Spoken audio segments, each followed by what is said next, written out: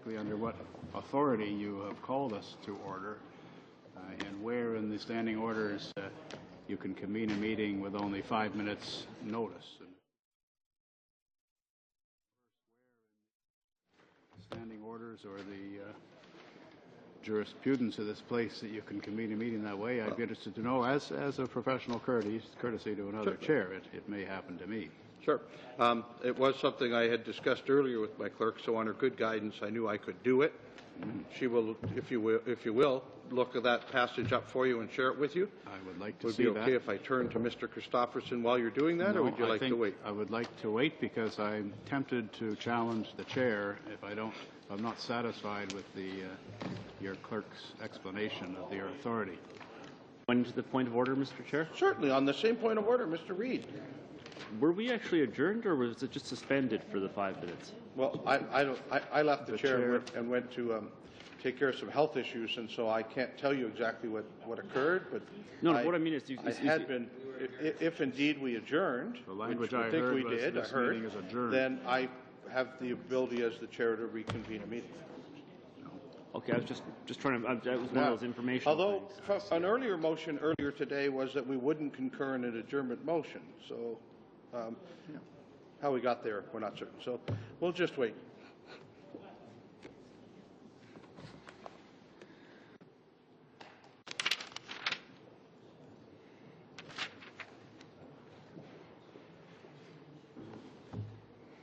No pressure. No pressure. I don't think the cameras are on you or anything. They are. Yeah, I know.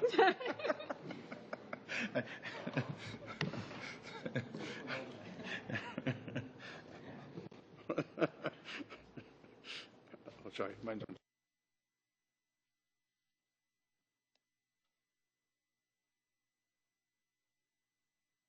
Now I think I understand. You didn't adjourn. The occupant of the chair, the vice chair, adjourned. I'm sorry. I thought you had suspended while you were going out to deal with health issues. Okay. We were all trying to dance around that. Yes, skate, yes. But now we've fallen into the hole in the middle of the ice. Actually.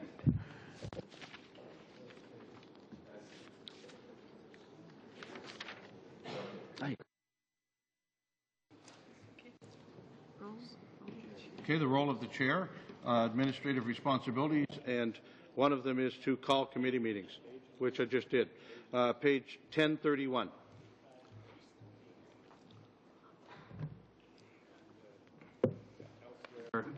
Elsewhere in the same chapter, do we see notice required for meetings?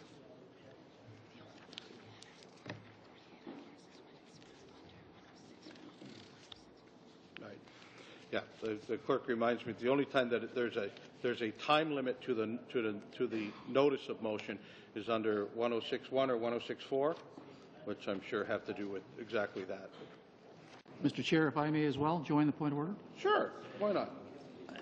Just for the benefit, I've always, even though we all know what's going on here, and I appreciate the opposition's position on this. I think they appreciate ours. But I find it disappointing, to say the very least, Chair, when you took a brief respite for health issues, and the opposition and everyone around this table knew that we had not given agreement to adjourn the meeting at its regular scheduled time at 1 o'clock, that the opposition, who filled in for less than 5 minutes, tried to adjourn the meeting. They procedurally can certainly do that. I find it disappointing they would attempt to do that. But if that's the way, no, if we want to deal with how this meeting will end on a strictly procedural matter, that's fine with us. We'll see when we get there. Madam Latendresse, and this is not really a point of order, so I'd like to kind of let it beyond this and move on. But Madam Latendresse, I just wanted to be on the record that I meant to suspend the meeting, and it's only, we understand all what's happening here, and I think it was totally in my. I could do it at the point, and l'idée était évidemment comme présentement on est de. But since we are in a situation where everyone here uses every way possible to use precedents to try and shut the opposition, to make sure that our motion not be heard, not be debated. I believe that it was just to correct that situation and to give my colleague the opportunity to continue further on, later on. All right. Are we okay? Have you gotten all of the answers you need, Mr. Martin, on this point of order? I think we've shared with you the chair has the right to call a meeting. I'm not clear on the notice required. I don't see where it talks about how much notice is required for a meeting, but perhaps you could get that information to me some other time. Certainly. So you know in your own share it with committee my that clerk. it might happen. Right. Mr. Christopherson, I know it's been maybe 10, 15 minutes since I've heard your voice. Going through withdrawal? I ask you please to carry on. And, of course, with my normal warnings of the rest of the stuff. Yes, sir. Appreciate that. Thank you for the floor again. I was, I believe, just mentioning, because it's new, the fact that our esteemed colleagues in that other place, they had committees that traveled 25 times over the last year. And given that the Conservatives have a majority control in the Senate, I would have to assume that if they didn't move the motions, they certainly voted for them because the majority had to come from somewhere.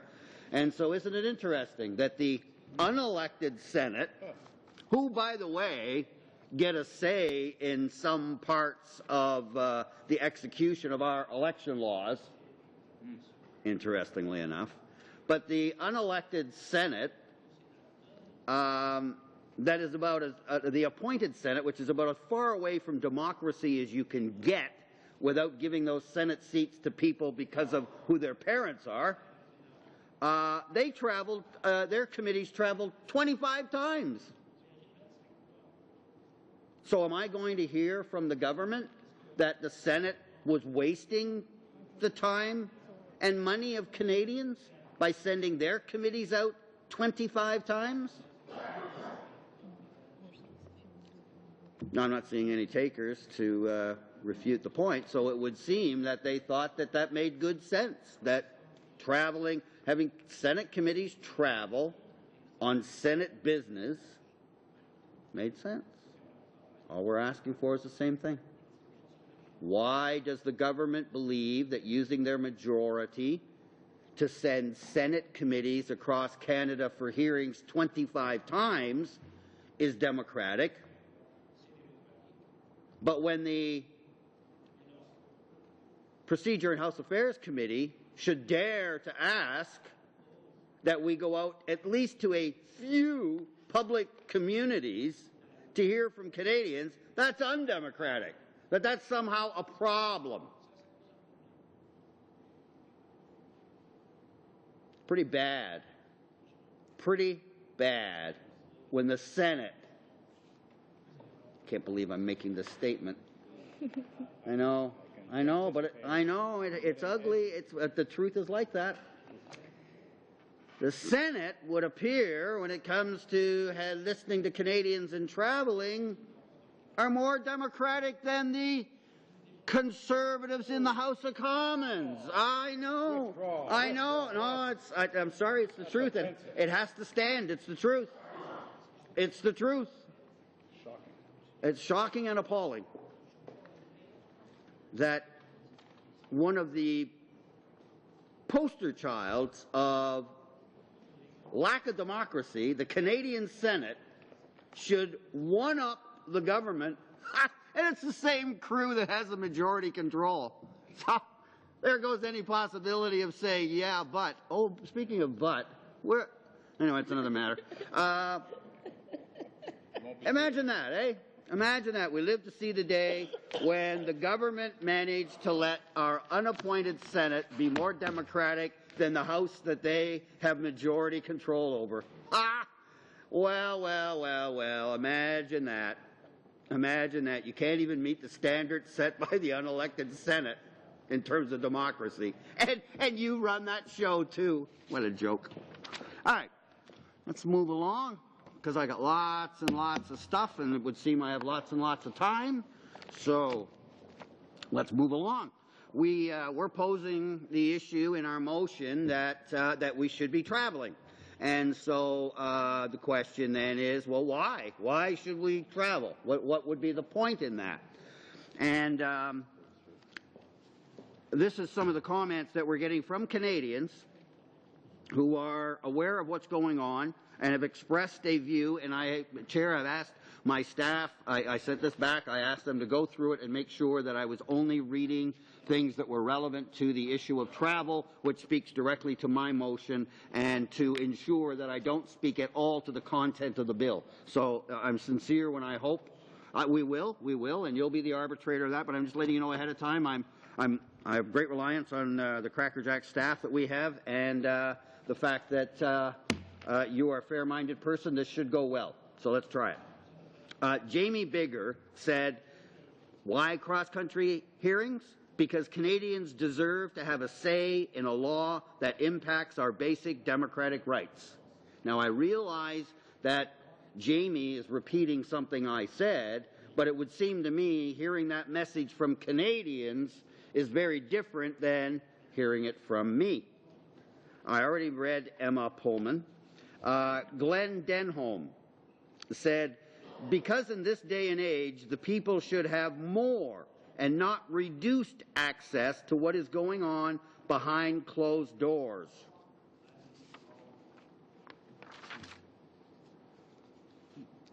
Rodrigo Noenbridge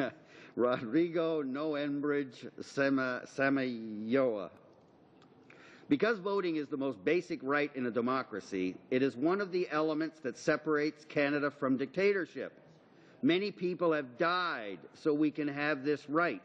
It is our responsibility to protect this right. That is why all Canadians should have a say in what this bill contains. Please approve the countrywide hearings. Why cross-country hearings? James Kokola said, because the public should be included in something as important as changes to the Election Act. James gets it.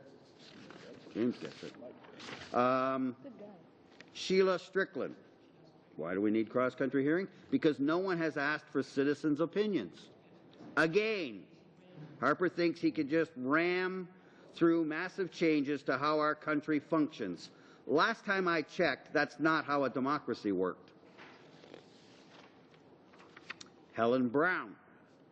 This change to our election laws needs to be aired and understood. We remain Canadians so far, and we should be encouraging all democratic rights, such as the right to peaceful assembly, such as the right to vote. I have had to help disabled people at polling stations and the elderly. Information about where to vote should not be in hands of the incumbents only.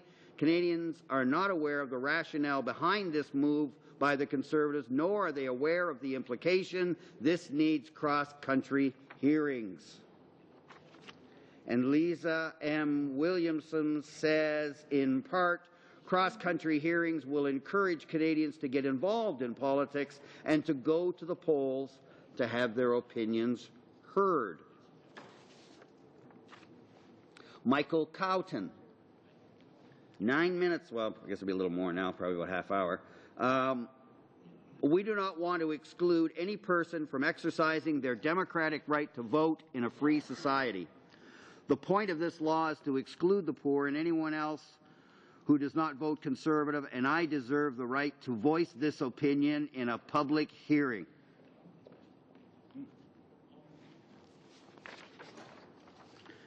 I'm going to stop you about there. You've got a great example of emails that have come into you, and you certainly can share them with the committee. And if you'd like, you can even send them through the chair as briefs. But while no one else is having the opportunity to speak on the motion and therefore read their emails, I'm going to stop you after a fairly good sample of what you've shared. With respect. I thought we might get that term. I'm trying. I am trying, Joe. But again, the fact that somebody has to wait for their turn to say what they think is important, including reading comments from other Canadians who share their opinion shouldn't in any way impact on my right. The rules don't say that my rights start to peter out as time goes on. So if I have the right to read them at one point, the fact that that makes other people wait, well, we have to wait. We all wait our turn. I understand what your thinking is, but I've told you what I'd like you to do, and we'll go with that relevance piece again. That, you know, I gave you a full distance to read a number of them in, and as they all start to again say very similar things, then I get to relevance and say, carry on with something else on the motion.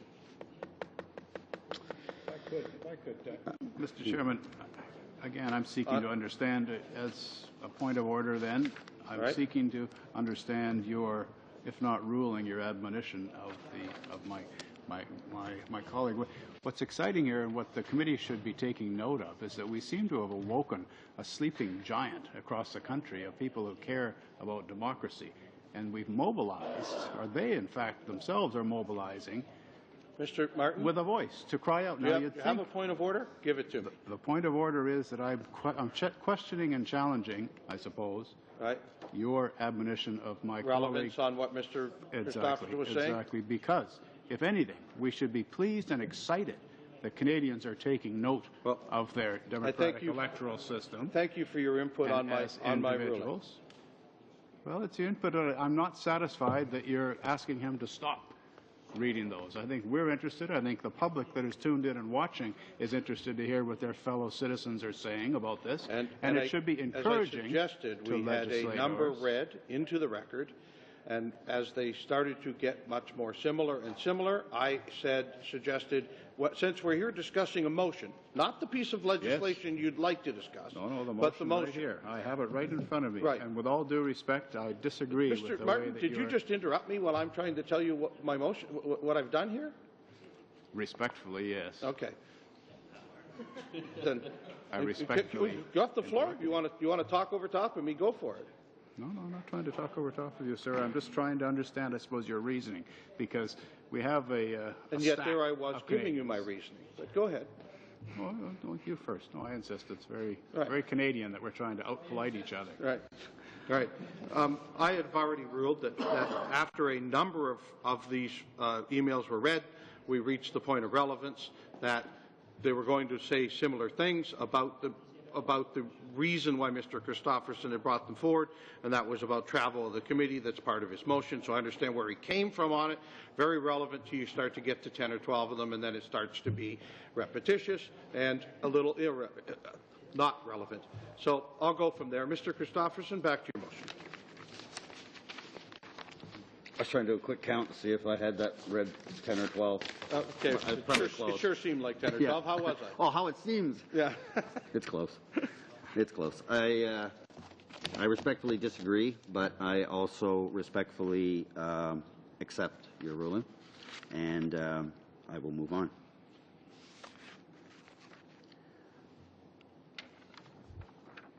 In my motion, I specifically spell out a number of regions that we think are priorities for us to consider, not just because of the impact of the bill on them, although that's clearly a big part of it, but part of it is also just the element of fairness to give it.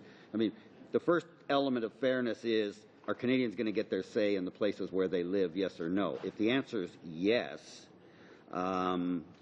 then we want to make sure that we're fair-minded, that we don't do everything in one. Like, say we did 5 meetings, we did them all in one province. That wouldn't be acceptable. So the motion clearly spells out the different regions, and not only spells out Ontario, but makes separate Northern Ontario. And being an Ontarian yourself, Chair, you would know that Northern Ontario often feels like that they should almost think about being a separate province themselves, because they feel that there's such unfairness And so we've included them separately.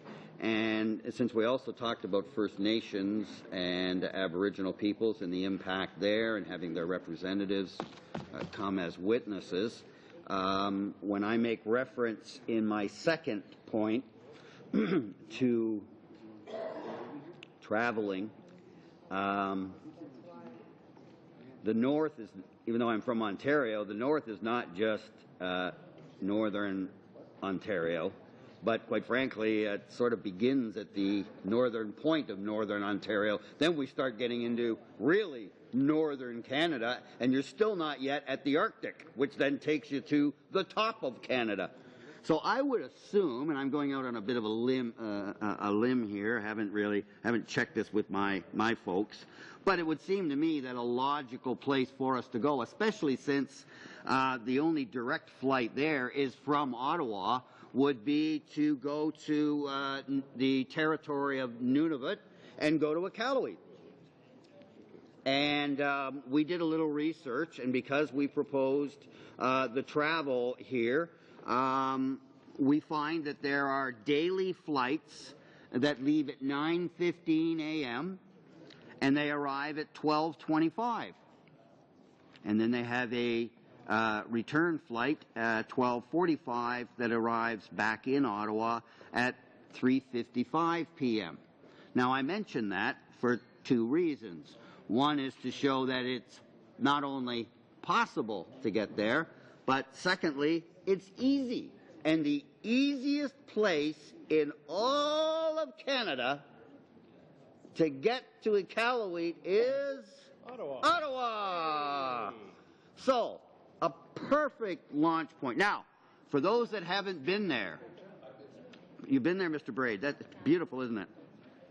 Everybody should get a chance, because it really, I'm sincere, it starts to speak to another part of Canada that we normally don't think of when we're in the South.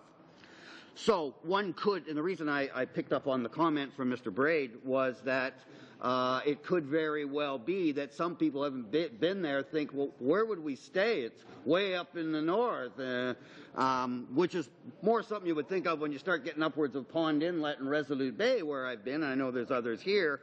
But the nice thing about Iqaluit, among the beautiful things that are there, is that the accommodations are excellent. And I know this will really matter to the government. It's secure. So that when those evil Canadians that they're worried about come out with, if they should, come out with those signs that said, you know, down with conservatives, that we can assure the government members. I know that's quite repetitious. Yeah, I was going to say Mr. it, but I Speaker, thought it Mr. might Chairman. come. Mr. Christopherson. No, that's fine. That's fine. I have to say I much prefer it coming from a government member rather than the chair, because. But anyway, that's just that.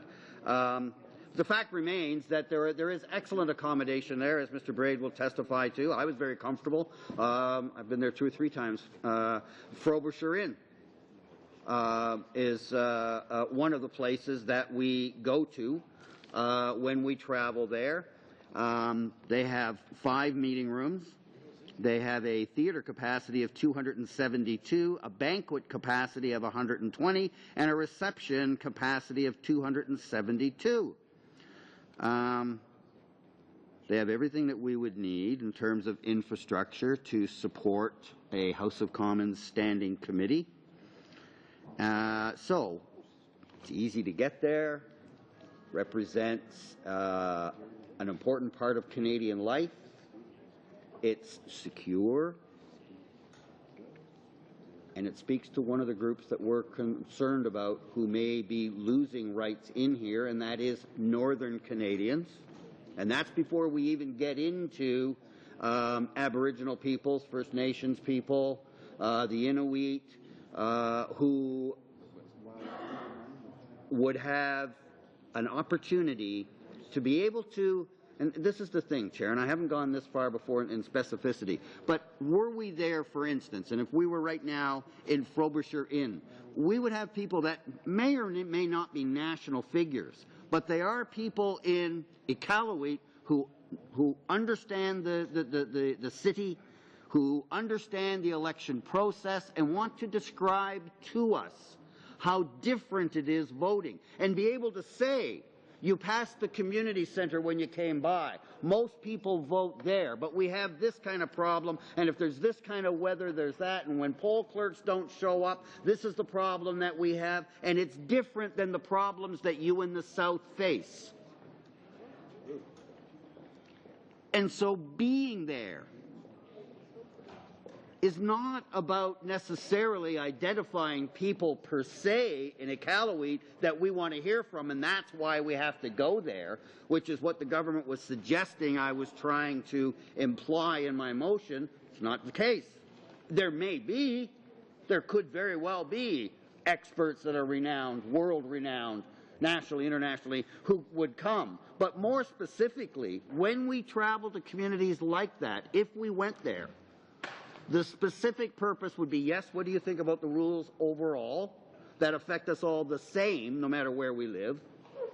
But talk to us about how specifically these changes either make things worse or don't address an existing problem that still remains, one that needs to be explained and is best done by seeing it and feeling it. And if you've never been to Iqaluit or further north than that, then I say with the greatest of respect, you really don't have a feel for how some of our fellow Canadians live and what their day-to-day life is like. And excuse me, I'm not at all suggesting that it's in any way more or less than our life in cities, but it's different. But it's different. And that's why we included things like saying that we should go to different parts of Canada, and why we mentioned not just Northern Ontario, but the North. And that's what we meant by the North,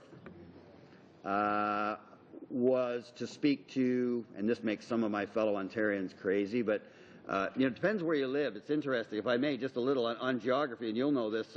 Those of us that live in southern Ontario, in the summertime, we say we're going north, and we're going no further than like Parry Sound. The furthest would be North Bay. I'll never forget my colleagues at Queen's Park when the Conservatives rejigged things a little bit and included North Bay in the north.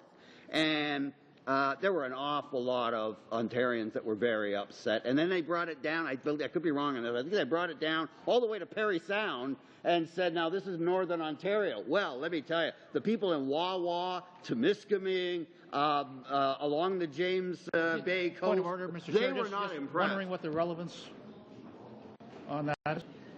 Thank you, but I'll go back to Mr. Christopherson. Maybe you can help answer the question by what you say next. I thought it was interesting. Yeah, I was on it. I thought it was interesting. I can't seem to win. I'm boring, they get upset. I'm interesting, they get upset. I tell jokes, they get upset. They're just plain upset people. That's the problem over there. They're just angry. Mr. Martin.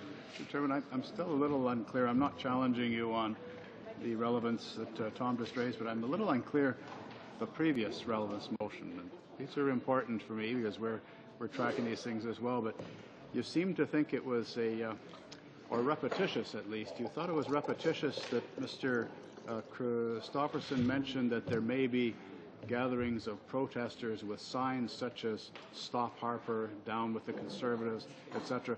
Was it the content of the protest signs specifically? Mr. Martin, had you been here at all of our meetings, you would have known by the phrases that Mr. Christopherson had shared much of that with us before. Stop Harper specifically, was that the term that he uses over and over again? It was the phrases that Mr. Christopherson used over. So whether he repeats phrases what's on the sign or what would happen with the sign is still the repetition. But so thank you, Mr. Martin. Mr. Christopherson, back to you. Oh, thanks, Chair. You were looking for the conclusion of something, and I confess I lost my train of thought, and a lot hinged on it. Can you help me? You're in the north. Right, it was in the north. There.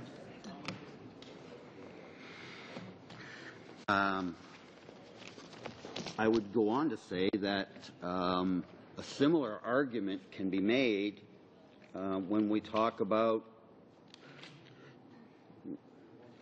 use the extremes to make some points. I mean, when we talk about Vancouver East Side, we are talking again about a whole other world.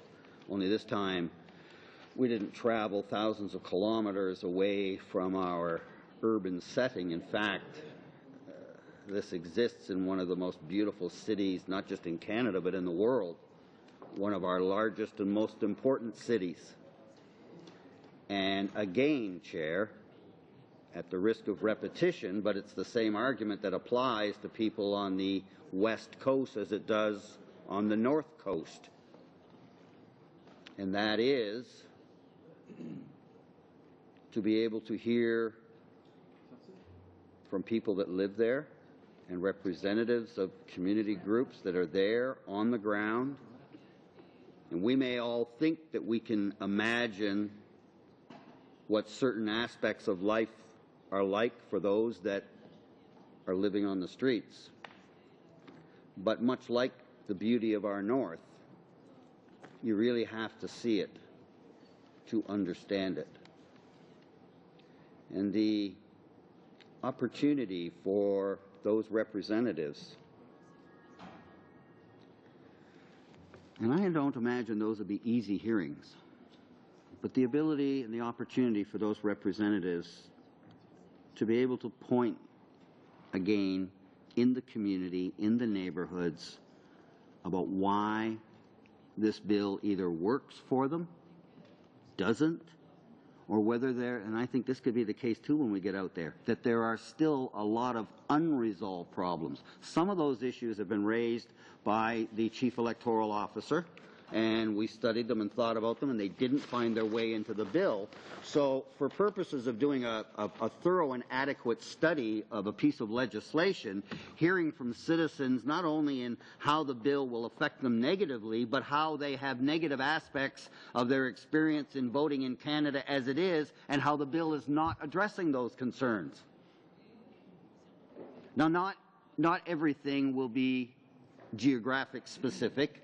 I accept that. There are some parts of the bill and our voting system that are uniform across the board. For instance, the actual ballot that you have.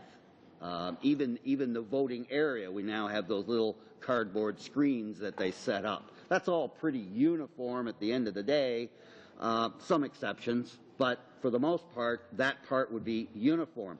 But the process of being identified as a citizen, of having the ability to present yourself, to understand where you should go and when, present yourself, and then go about the process of election. It's interesting, when we do international election observation missions, we study every single piece of the process.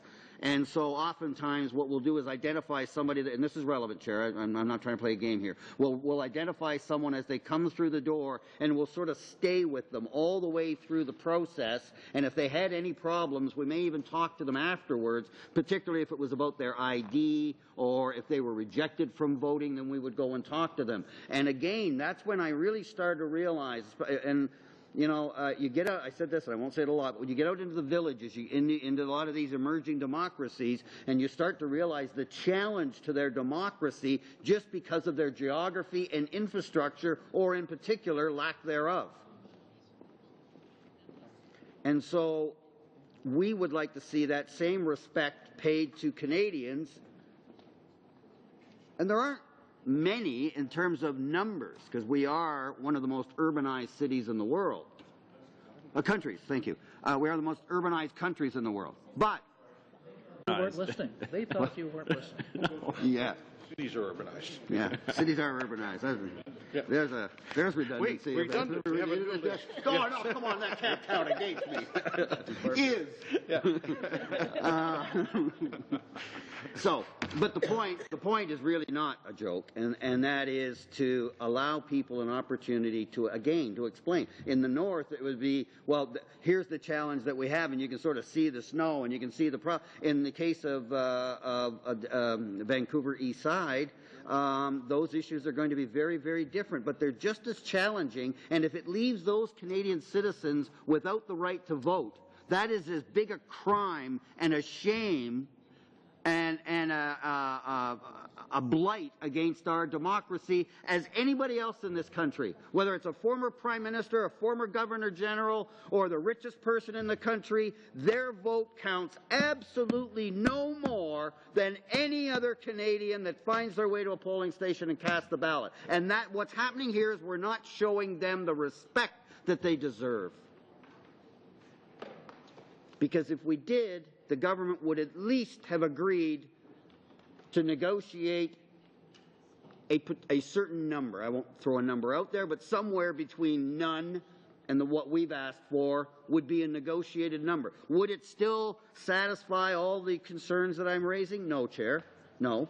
But it would be fairer. And, you know, fairness, government doesn't sort of understand this so well, but fairness usually dictates, you give a little, we give a little, we can both live with this. And that's what's missing here. It didn't happen with the, to show that kind of respect to other parliamentarians. That respect was not shown to Elections Canada. And by virtue of refusing to support my motion, they're not showing that respect to Canadians. Point of order again, repetition, Chair. Okay. Thank you.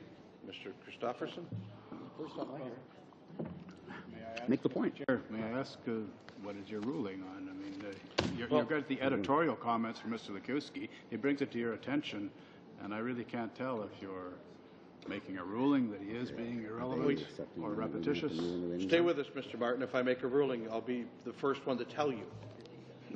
So you're I'm simply suggesting that I heard from Mr. Lukowski that he felt that was repetition. I said thank you, and I asked Mr. Christopherson to continue. Had it been a ruling of repetition, I would say, excuse me, Mr. Christopherson, I agree with the member from Lumsden Lake Center, Regina Lumsden Lake Center, that it was repetition. Fair enough. Thank you. Mr. Christopherson, back to you. Thank you. I guess there's no rule about repetitive points of order, eh? Or irrelevant points of order. Yeah, I could rule on that too. Yeah. Okay. Yeah? Could I try it? No, What about No, I'm not redundant? going to give it anywhere. Okay. Yeah. Probably not. All right. Well, if I'm that stuck, I may come to you just to tell me no. Okay. So let me continue. I had mentioned some of the groups that we would have, and I started talking about some of their qualifications. I did not read or try to read the full, much more than the first time I did, attempt to read the entire bio. But I want to come back again, Chair, to the importance of the very first bullet point. The first bullet point we make in our motion is that we hear from witnesses. I won't read it all.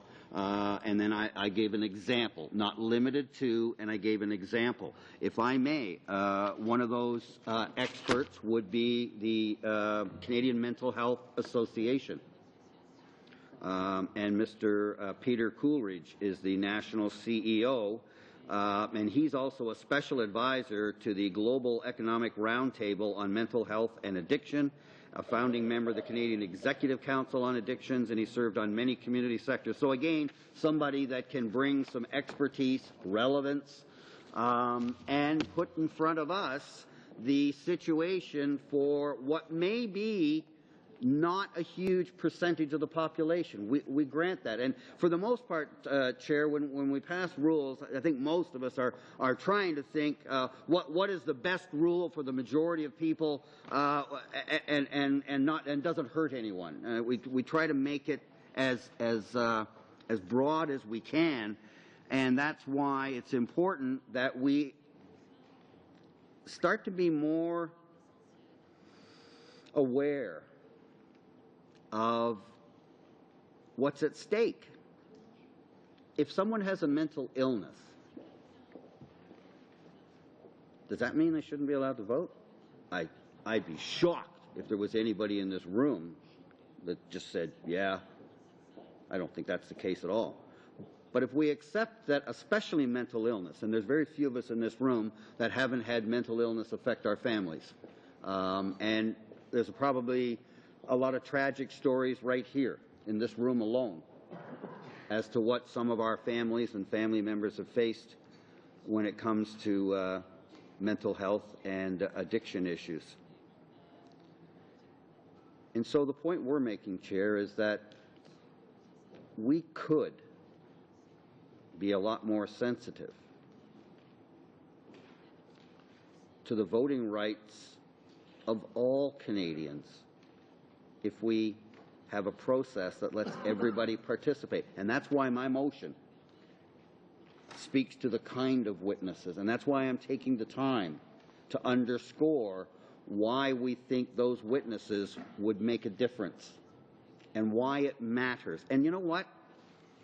It only matters if you really, really, really believe that everybody's equal. Not as a throwaway, not a slogan, but if you honestly believe that every citizen is equal, and we accept that having our franchise, the right to vote, that precious vote, here as members of the House, the most precious thing we have is when we go into that House and cast our vote, here at Committee 2, but in the House, that precious vote, it's everything. And there are serious concerns. I'll leave it at concerns because I don't want to start talking about the bill. But there are serious concerns that certain Canadians will have their right to vote either lost, taken from them, or not returned to them by virtue of fixing a bill. So the witnesses are to ensure that we don't forget them. There's clear majority rules. Around here, a clear majority is 50% plus one. That's how we make laws. That's how we get things done in committee. We make decisions that way. A clear majority, 50% plus one, is a clear majority. That's what makes laws. That's what makes laws in this country. And the vast majority live in urban settings, and the vast majority probably have no particular problem if they're determined to vote. But that as a standard is about as low as you could possibly have. The idea of reforming our election laws supposedly is to improve them. So we ask for the witnesses in our motion because we believe they will help us understand the implications of C-23 on the right of Canadians to vote. And that's why having the Canadian Mental Health Association, we believe, is an important part of our hearings and therefore an important part of my motion. Further to that, my motion says that we should be asking for witnesses from groups representing youth advocates and students.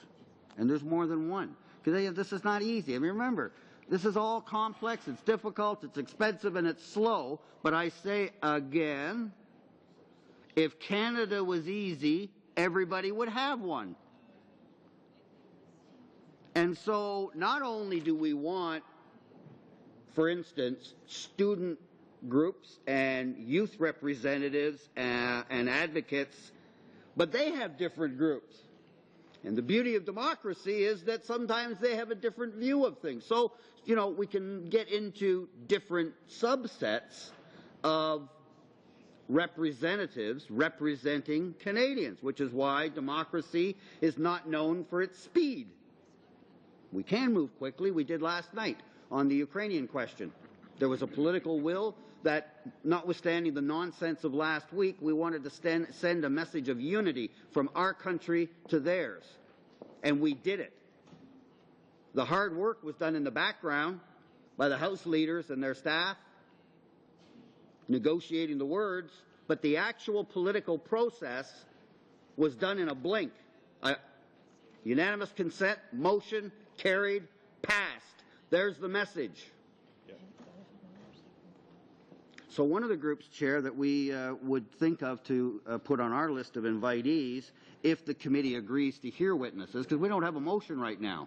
There's no motion saying we want witnesses, and that's why I'm going out of my way to underscore the importance of hearing from witnesses. And as we all know, I'm gaining ground. Remember, I do have Mr. Lukiski on side with that notion of my motion, and so, you know, I'm on a roll.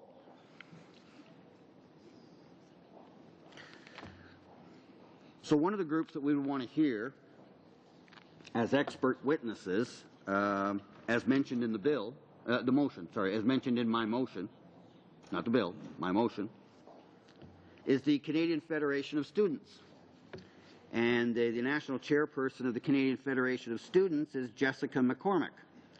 Now, she represents over 600,000 college and university students, and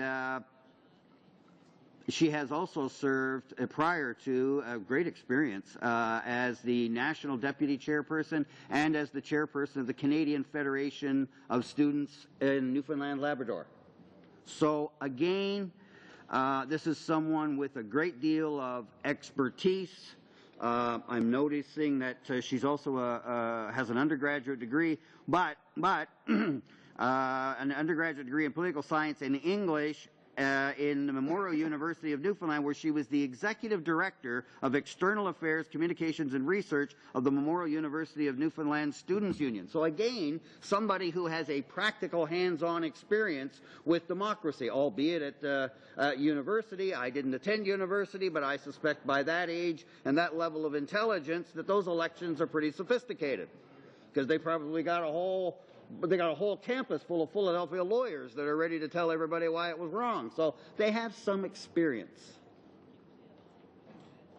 So that the testimony that they would give, Chair, would not be just related to their role as the head of this organization, but also be able to weave through that their personal experience in running and following election rules, and hopefully in trying to make election rules that are fair for everyone, which, unless I misread the rhetoric of the government, is supposedly what they want. But of course their words are not lining up with their actions on that one. Further, Chair, we made reference in my motion in the first part about Canadians with disabilities.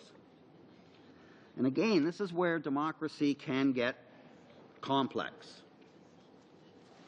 But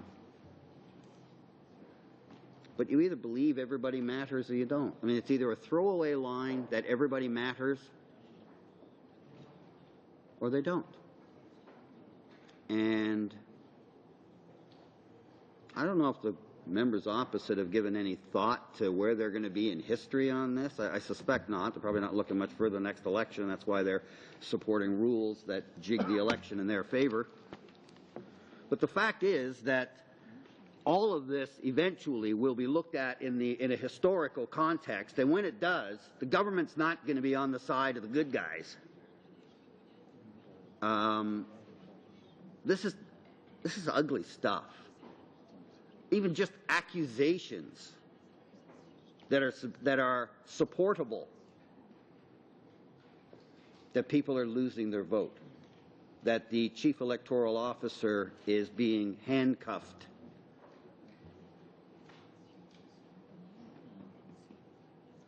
Maybe the members don't care.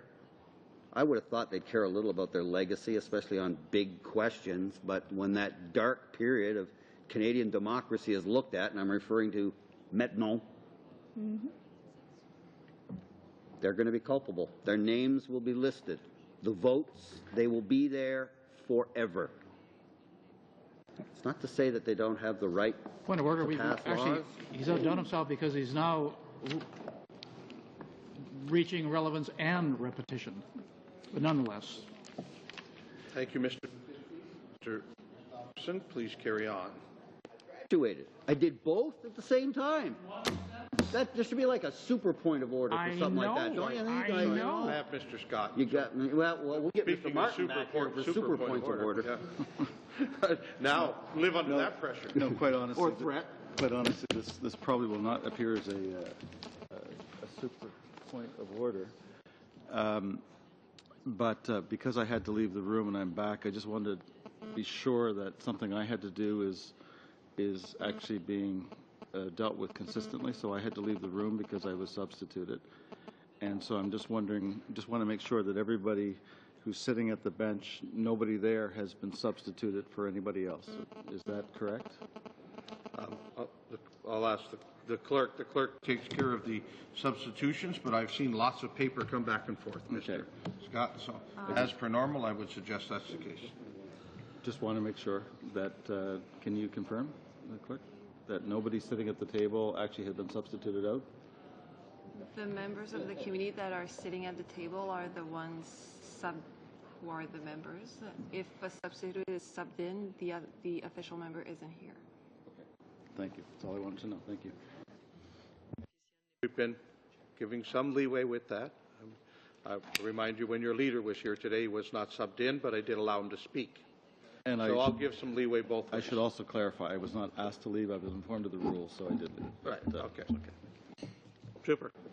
Back to where we were. Mr. Christopherson. Great. Thank you, Chair. So as I was saying about the importance of all individuals and about why we've worded our motion the way we worded it, and we did specifically point out that we wanted to have representatives here. I just want to get the wording right. Groups representing persons with disabilities. Excuse me. Can't imagine why my throat's not clear.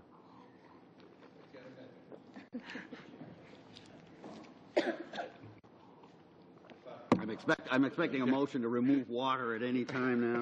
So, however, to the point. Something else might. I'm not stopping you. So to the point, Chair. We would see a group like the Council of Canadians with Disabilities as a primary specific group that we might look to. They are a national human rights organization of people with disabilities working for an inclusive and accessible Canada. You know, you can almost put those words into another sentence about what Canadians want in their election laws. The Council of Canadians with Disabilities, their priorities includes, thank you, disability-related supports, thanks. Poverty alleviation, increased employment for persons with disabilities, promotion of human rights, and in Canada, the right to vote is that. Ratification and implementation of the UN Convention on the Rights of Persons with Disabilities. They believe, I'll just read one or two, Chair, I won't read the whole thing. They believe that in terms of citizenship, that people with disabilities have the same rights and responsibilities as Canadians without disabilities. My first position ever when I was 22 years old, I was elected chair of the Health and Safety Committee in the little shop that I worked in, and that's when it became clear to me that health and safety, if you don't know your rights, you don't have any.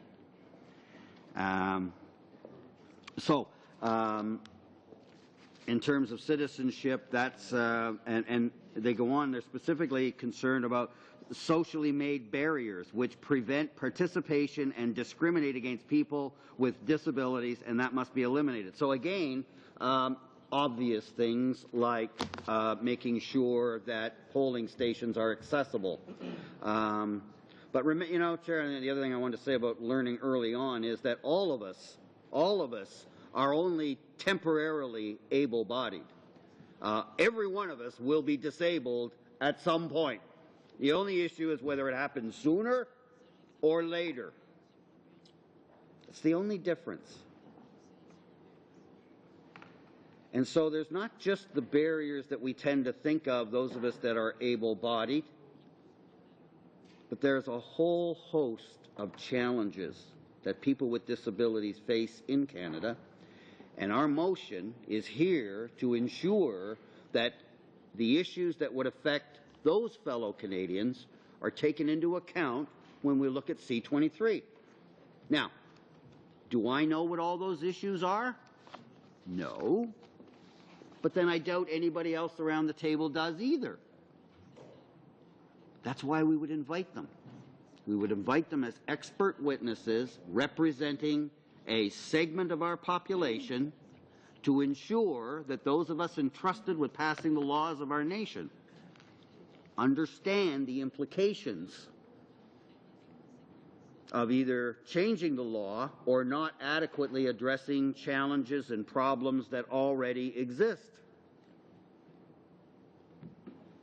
And that's why we have included in my motion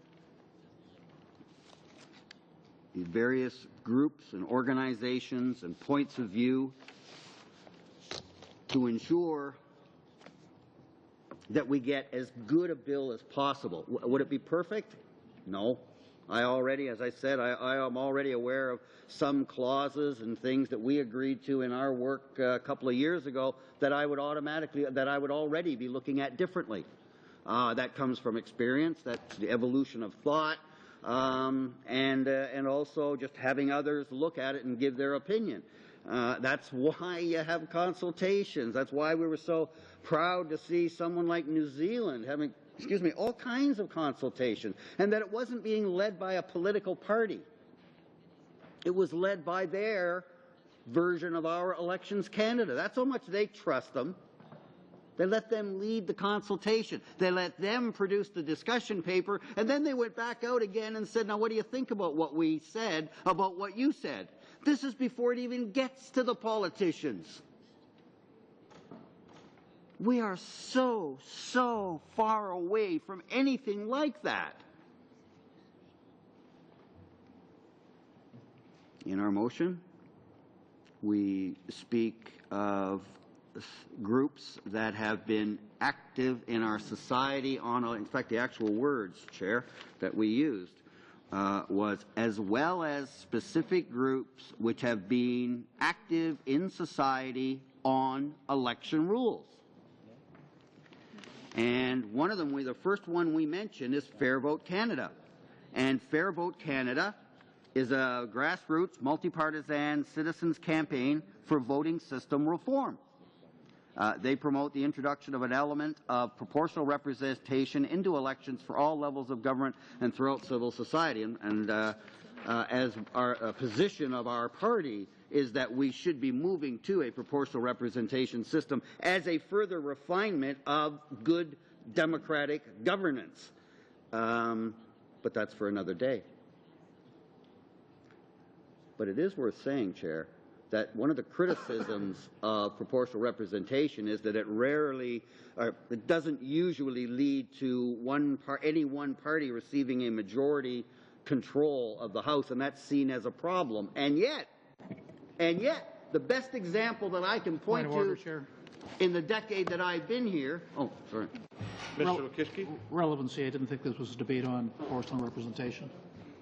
I'll give you that one. So, Mr. Christopherson, almost forgot your name after all this time. Please try and stay relevant. I'm hurt, Joe. I know. You're hurting me a lot here today, man. Jeez. I try not to, but... Yeah, okay. Sorry, Mr. Scott, on another point of order. No, it's on the same point of order, if that's possible. Okay, sure. No, I just wanted to say... We'll number them from now on. Yeah, I mean, you may want to go back to your concern that this has been mentioned before, maybe. I don't remember it today at all, but the question of proportional representation goes to creating a House of Commons with more of a cooperative ethic. And the whole point is that a bill like this would not have gotten here without a different kind of process. And so what we're trying to do is recreate that process by going out to Canadians. Yeah, I'll come to that. So, no, And your thoughts on the bill? We're still on Mr. Christopherson's motion. keep in mind that what we're doing here is seeking to create a more cooperative production of a bill through a process. And so that's the connection I think he's trying to make. Okay, I understand, but I bet Fair Vote Canada is in the phone book, and having him read the phone book would not be relevant. Mr. Christopherson. Really? I can't read the phone? Now what am I... No, I guess. I did not mean to give you any ideas. It was the Ontario phone book. Does that help? Yeah. You're an Ontario MP? All right. So, if I may, I'll just, to wrap up that part of my thinking on this now, I'll just mention one more, Chair, and and then I'll shift gears again. Be ready. I have no doubt. Again, in saying that we wanted to have experts in the field of human rights, of election laws, and there are, I'd mentioned some of the groups that are focused on that and that we would want to call. But again, as I mentioned with the students and other groups, they're not, it's not a uniform position held by everyone. They have differences of opinion in terms of different questions that are before us, and that's all healthy. It complicates things, it slows things down, but it's healthy because it's another opinion. And all opinions, especially on this bill, are equal and valid and important. So, if I may, we would be probably looking at bringing in a group like ACORN, which is an independent national organization of low and moderate income families with almost 60,000 members in over 20 neighborhoods and chapters across 8 cities. And just one sentence, Chair, and then I'm done with this. We believe that social and economic justice can be best achieved with a national active membership who are invested in their organization and focused on building power for change. So, again, that would be the kind of group that we would want to hear from to give us expert citizen opinion and input into what is arguably one of the most important pieces of legislation that any of us will be privileged to have a say on. Point of order, Mr. Chair. And Point of order. No, I'll just say right off the top, this is probably not a legitimate point of order, but I say this primarily for the benefit of David. If you want to do, if you wish or members wish to suspend for 5 minutes, just for a quick health break, that's fine. If not, I'm just saying that only because, David, I noticed you've on a couple of occasions. Oh, yeah, no, I'm good. I'm good. I appreciate that. That's very respectful. So thank you. No. If it gets to a point where anybody needs to use the facilities, or we're fine with that, as long as it's a suspension and only for a short period of time. Yeah, no, great. Excellent. There's 12 hours there. Okay, thanks. Yeah, all depends. The Z. With a Z. We shall see what we shall see. Depends. They're distracting me, Chair, from staying focused on the things that you want me to stay focused on. So I know they did that, yes.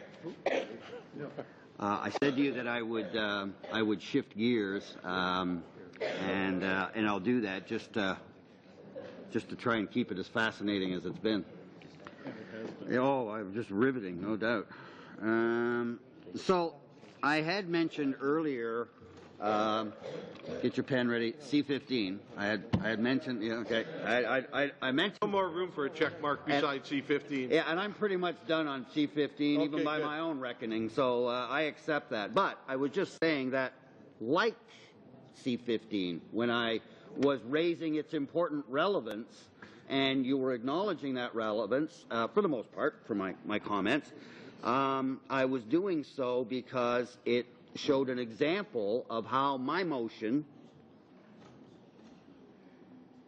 is in order and is consistent with the way that we have and do conduct business. It may not be the usual, but it is really not unusual. And if I may, Chair, another example of that I have not yet mentioned,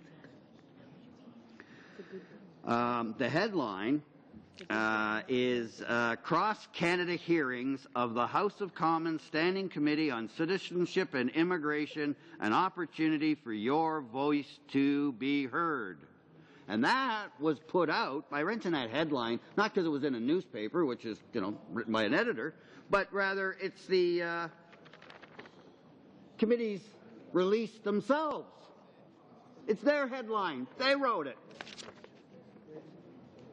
Yeah, it says, an opportunity for your voice to be heard. Wouldn't it be nice to see that underneath PROC, studying your election laws, asking that you be given an opportunity for your voice to be heard? It did happen. It did happen. This is December 20th, 04. So, about 6 months after the class of 04 arrived. which you were there, David, I was, Jack Layton, the late great Jack Layton was a class of 04. The House, and it says, Chair, it says that the House of Commons Standing Committee on Citizenship and Immigration will be traveling to the following cities in March and April 05. St. John's, Halifax, Charlottetown, St. John's, Halifax, Charlottetown, Fredericton, Quebec, Montreal, Toronto, Kitchener-Waterloo, Winnipeg, Regina, Calgary, Edmonton, Vancouver, and Victoria. Wow. We didn't even ask for that much in our motion. Maybe we should. Maybe we should have. But it certainly does speak to the fact that when we make the case that my motion is not an unusual way for us to do business, we can back that up. How nice would it, how many cities was that, just so we can be accurate? 1, 2, 3, 4, 5, 6, 7, 8, 9, 10, 11, 12, 13, 14. 14 cities. One would actually start to believe that there was a desire to hear from Canadians. As strange as it sounds, Chair, I look at this and I say, what could it possibly mean? And I think what it means is that they were bringing in a new Citizenship Act, and so it crossed the mind of the members of that committee, and probably more, maybe we should go ask Canadians what they think about an immigration law that affects everybody. Why can't we think that way? And that's the point of our motion. That's why my motion is here. That's why all of this is going on.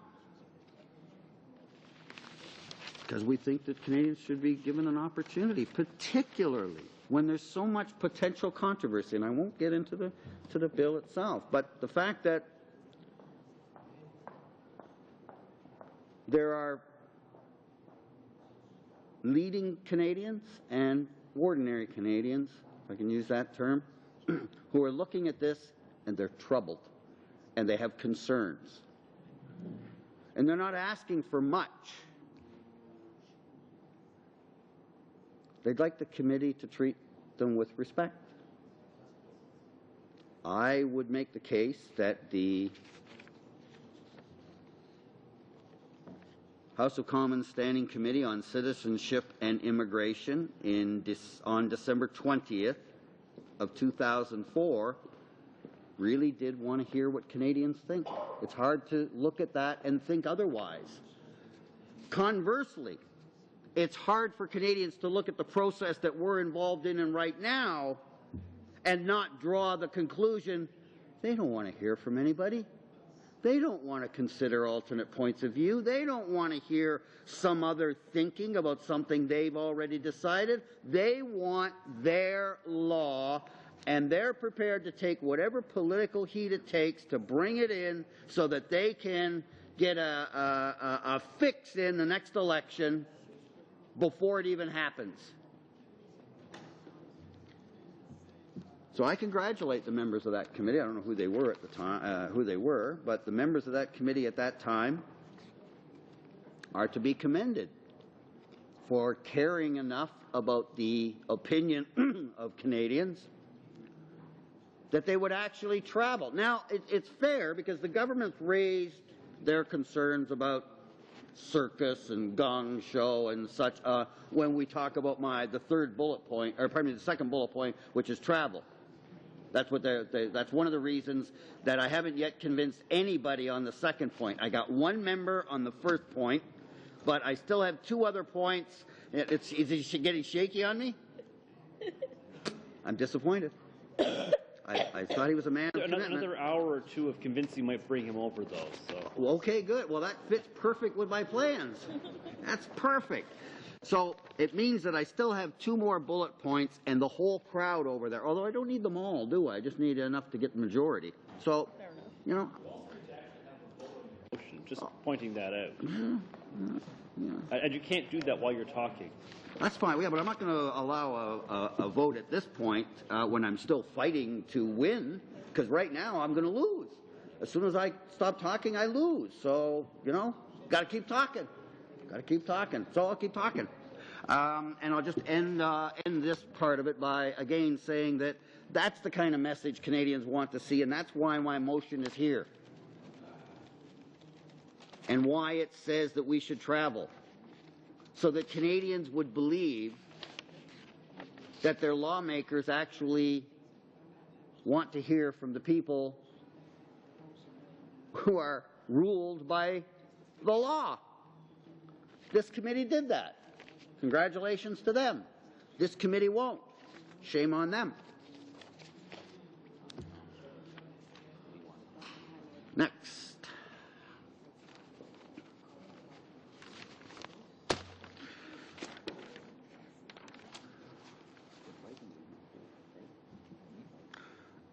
I had made reference, but I hadn't talked much about and Chair, I'm again underscoring how Canada, House of Commons, governments of the day have looked at democracy and comparing it to what we consider to be the lack of democracy in this process, hence my motion. And that's why we're continuing as much as possible to convince members by underscoring the strength of the arguments that are represented by the motion. And I had made reference, but not talked about at any length, the Foreign Affairs Committee that traveled to Ukraine in the spring of 2012 to study democracy. That much I had said. But I did not spend time talking at all about what they did. And I just want to mention a couple of parts of that because my motion calls for us to travel, to call witnesses, to have hearings, and Canadians spent probably hundreds of thousands, but certainly tens of thousands of dollars sending the Foreign Affairs Committee all the way to Ukraine to study it. But what did they do? Did they just do like touring around, take pictures, and put together a little folio and send it back? No. They actually spent a whole week holding public hearings every day from 8 to 5.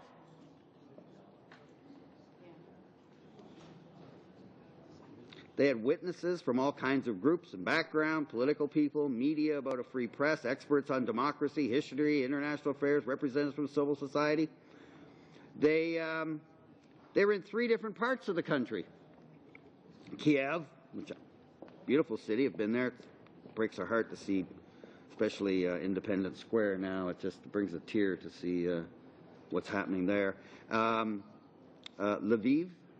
And Kharkiv. I've been to Kharkiv and Donetsk. Both of them are centers of ethnic Russians and Russian-speaking. And boy, once you've been to Kiev and then been to the eastern part of the country, you sure get a sense of that divide. However, I'm raising this in the context of my motion, Chair, because I want to point out that Canadians, a Canadian delegation, Canadian Committee on Foreign Affairs,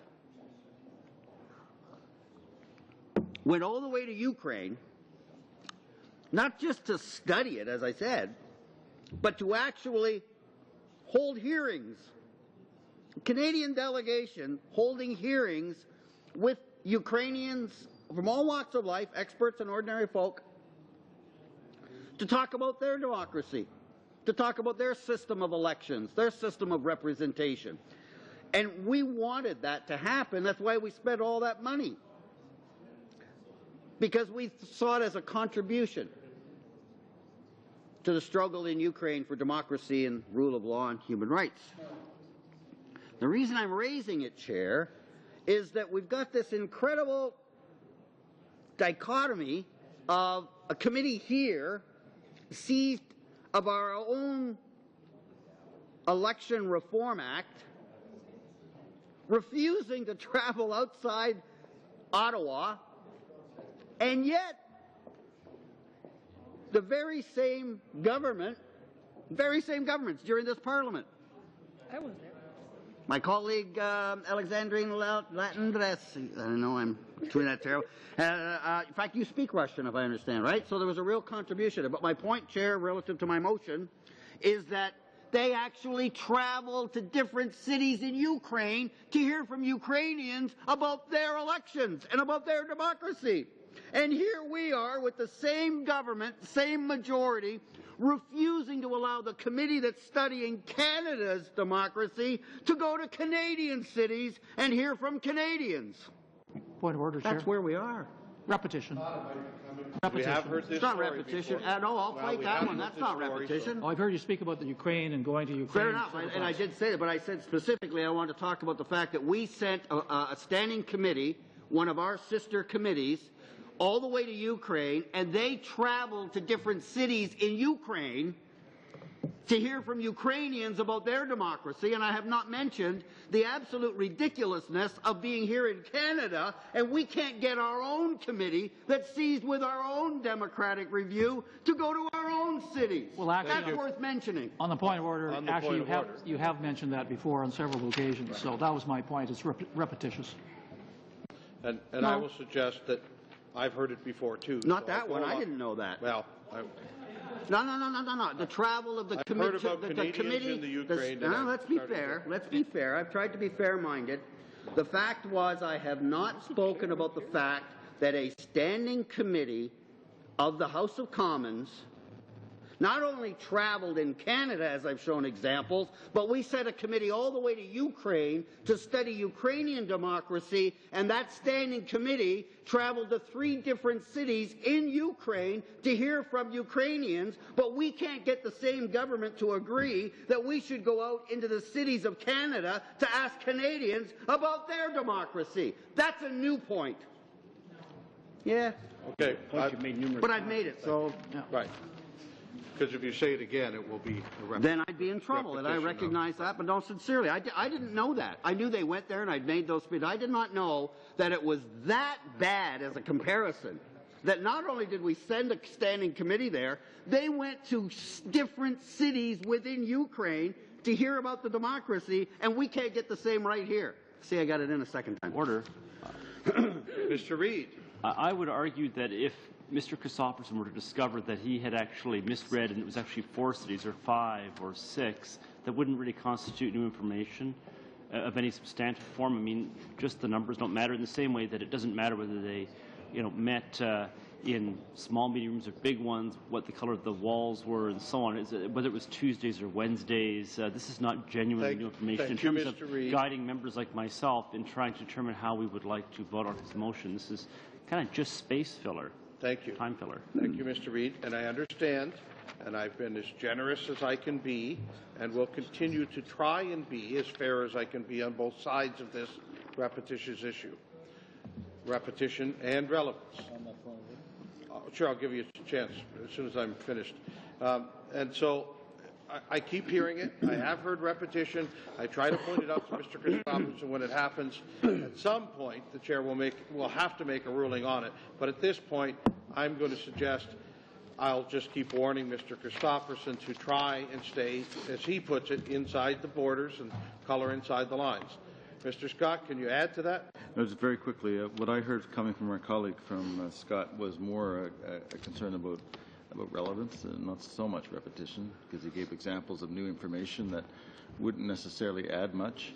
And all I'm saying is that what I would say is that my colleague is doing a very good job trying to show the kind of efforts this other committee went to, why it was important in one context, and therefore why we should be considering something very similar now. So I would say that the frame he was putting it in was extremely new. Okay. Mr. Christopherson, we've been inside that frame now. Yeah, I more focus on it than I thought I'd be able to swing, so I appreciate the interventions all around. But for the record, I did not know they traveled to different cities. That's pretty pertinent, given the motion that I have in front of us. I'm not challenging no, but I think the sincerity of your... But it's a relevant point to raise, I do think, compared to when you look at the motion that's in front of us. The fact that they actually traveled, and given that one of our key things is travel, when they went to Ukraine to study democracy, they traveled. When we're doing Canada's democracy, we don't travel. So that's the problem. But I will move on. And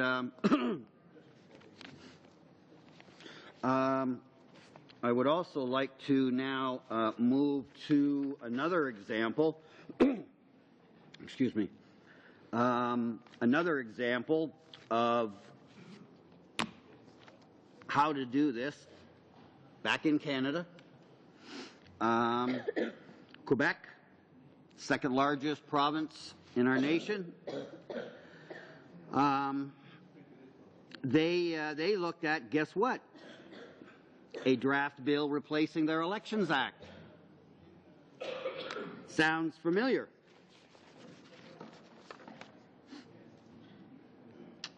Now, what they did was a little different. It was interesting. They had the assistance of 8 citizens randomly chosen after a public call, 9 MLAs on the commission, and they began their work with the chief electoral officer. Imagine that. Imagine the starting point being the chief electoral officer. What a concept. And that's exactly what they did. And then they put out a call asking people for their opinion. So, 374 briefs were transmitted during the general consultation. 1,747 persons took part on in the online consultation. By the way, in terms of time frames, Chair, this would be November 1st, 05, so it's nine years ago. Pretty short period of time given the history of the country. 6,200 paper copies of the information booklet were sent out in French or English to citizens who requested. 379 groups and individuals appeared during the public hearings at the National Assembly, wait for it, and across Quebec. There we go again, a lot of these crazy people taking the notion of letting people have a say about their election law to incredible extremes, like actually taking the committee there. I think the rest of that's going to get me in trouble, so I'm not going to go there.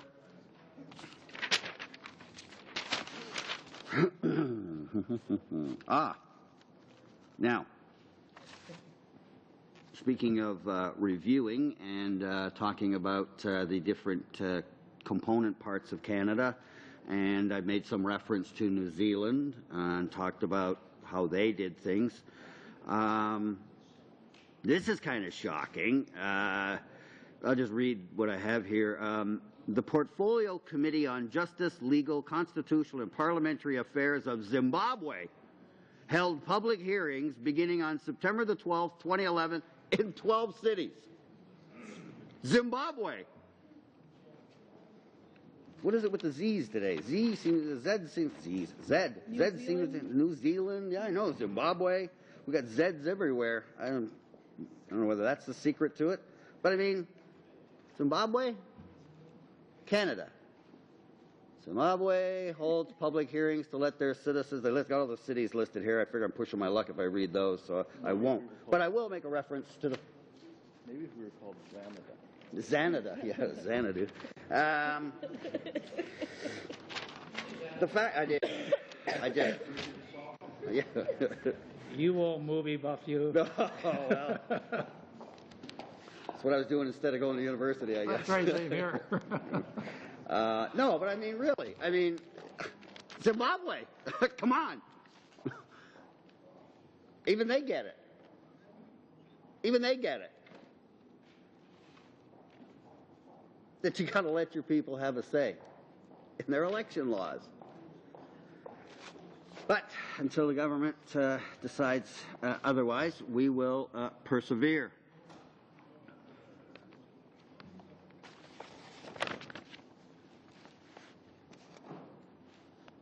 Well, that's interesting.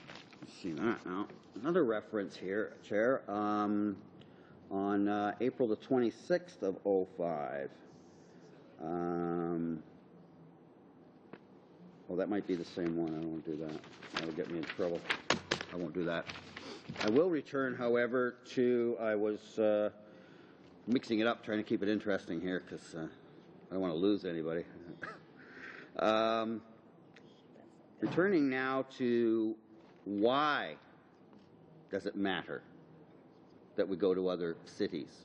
as I mentioned in the second bullet point of my motion.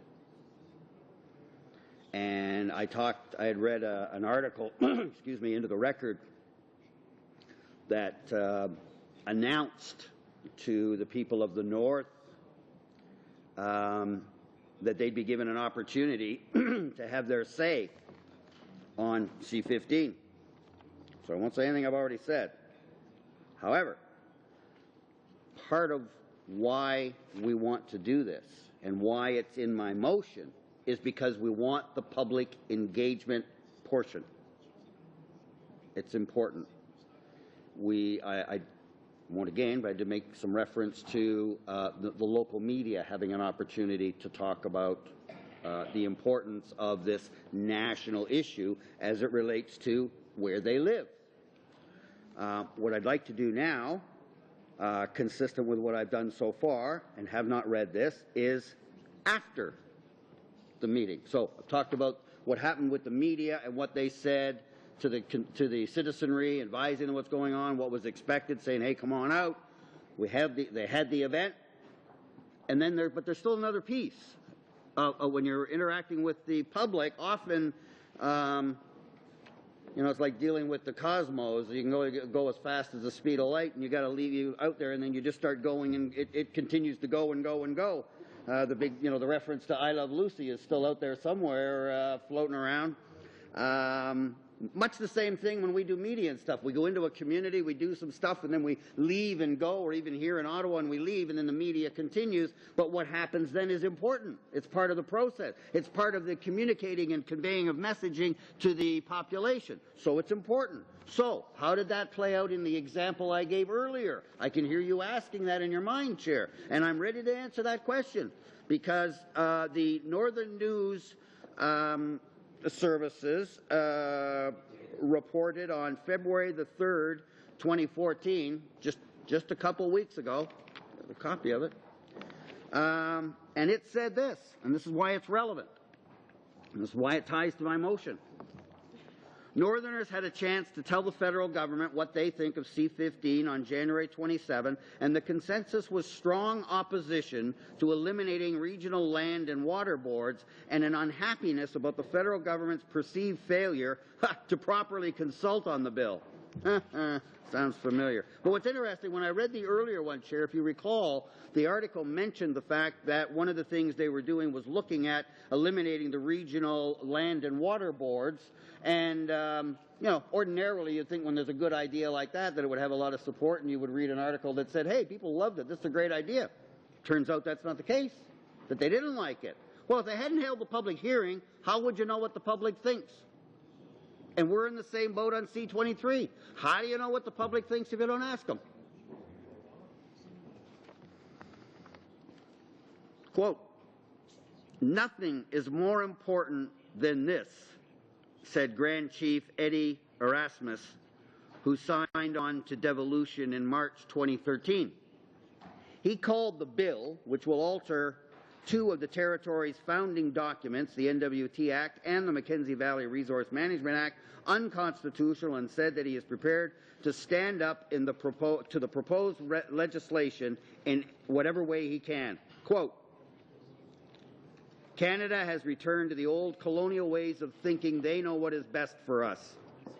They are silencing our voice, he said.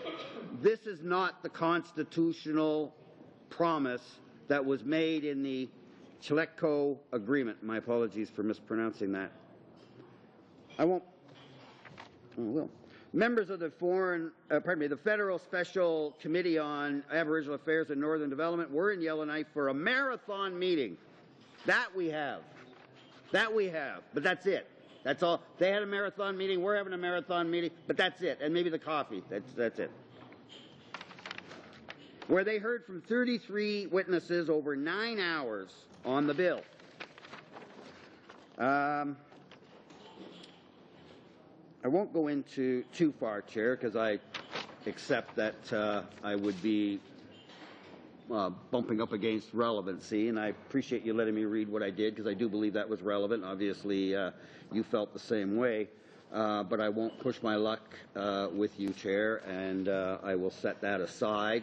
And I will move along. I'm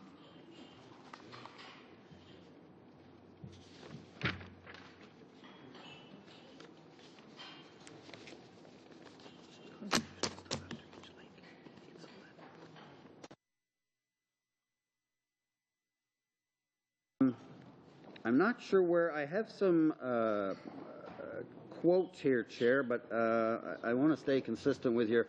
Have I got any latitude at all with regard to, and I'm asking you straight up, do I have any latitude at all in terms of reading comments that are coming in either to committee members here or my leader that are relevant to what I'm talking about? Well, you have read a number of those, and I would think if you go too many, we start to get beyond the relevance of them because we've heard a good sampling of what's there. So I would suggest you've reached that limit, as I did the last time you read some of those.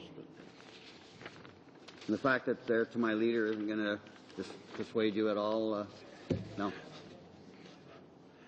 Just point of order, Chair. Sure, go ahead. Well, on repetition alone, I mean, if the emails are going to continue to say what we've already heard, that is, Canadians want to be heard, we want public hearings, I don't care in how many different ways you say it, it's still the same message. That was the point I made when he, I allowed a number the last time, and I think I'll stick with that.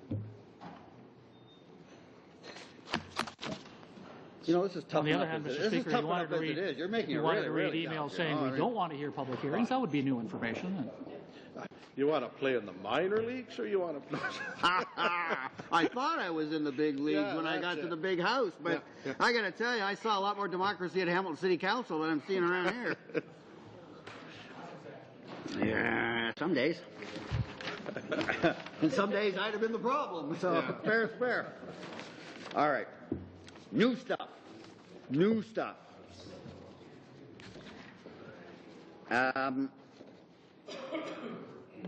One of the government members, Michelle Rempel, there's a story here with the headlines, public hearings are a big delay tactic, a big delaying tactic.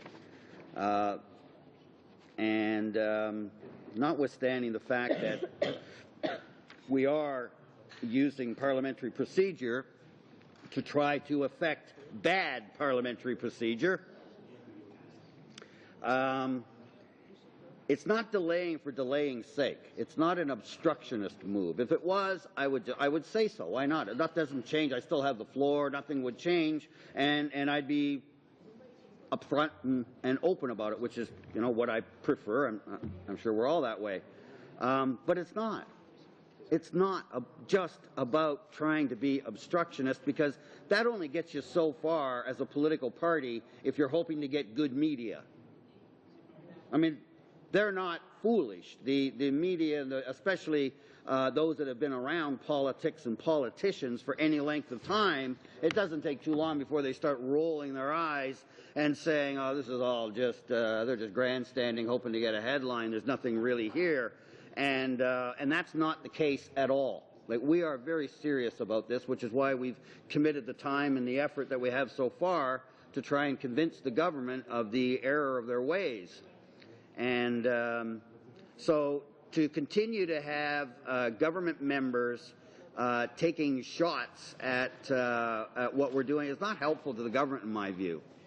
It's really not. Because those that agree with you are already there, and those that aren't sure are watching. And there's impressions being developed, and Canadians may or may not agree that what's going on here is in their best interest. If I might, Chair, I'd like to also make some reference to another hearing, set of hearings that was held by the House of Commons, was the Special Joint Committee on the Constitution. And I definitely won't go too far in talking about the process, because I have made the statement that, and others have too, that this is one of the most important pieces of legislation we have. We say that about a lot of things, but really, when you're talking about the fundamental process by which Canadians are given or denied the right to vote, the procedures for the actual voting, and money in particular, is huge. And so some of those concerns that the government's made point to a bill that money talks. And that's the opposite. I thought one of the best things that was ever done for democracy in Canada, I give full marks to former Prime Minister Chrétien, who brought in the exactly what the government undid. But the public financing was one of the best improvements to democracy that we could have. When I go to, I was in, for instance, Morocco not that long ago doing an election observation. They don't have a lot of elections, and those that they have are, don't necessarily meet all the standards one would hope. But you know what? One of the first things they guaranteed was that there was public financing for all the parties so that money didn't skew the field. Morocco, a monarchy, has a better sense of democracy than we do. It's going to take so long to bring that back. And it's a shame. It was an easy one for the Conservatives to go after, and no one should be at all surprised that the party of money took funding for political parties out of our regime and left it to just the money. And yet the emerging democracies of the world, they're the ones that are making sure it's in there right from the get-go, because they get it, that if it isn't a fair playing field, if it's not fair for everybody, then it's not a fair election.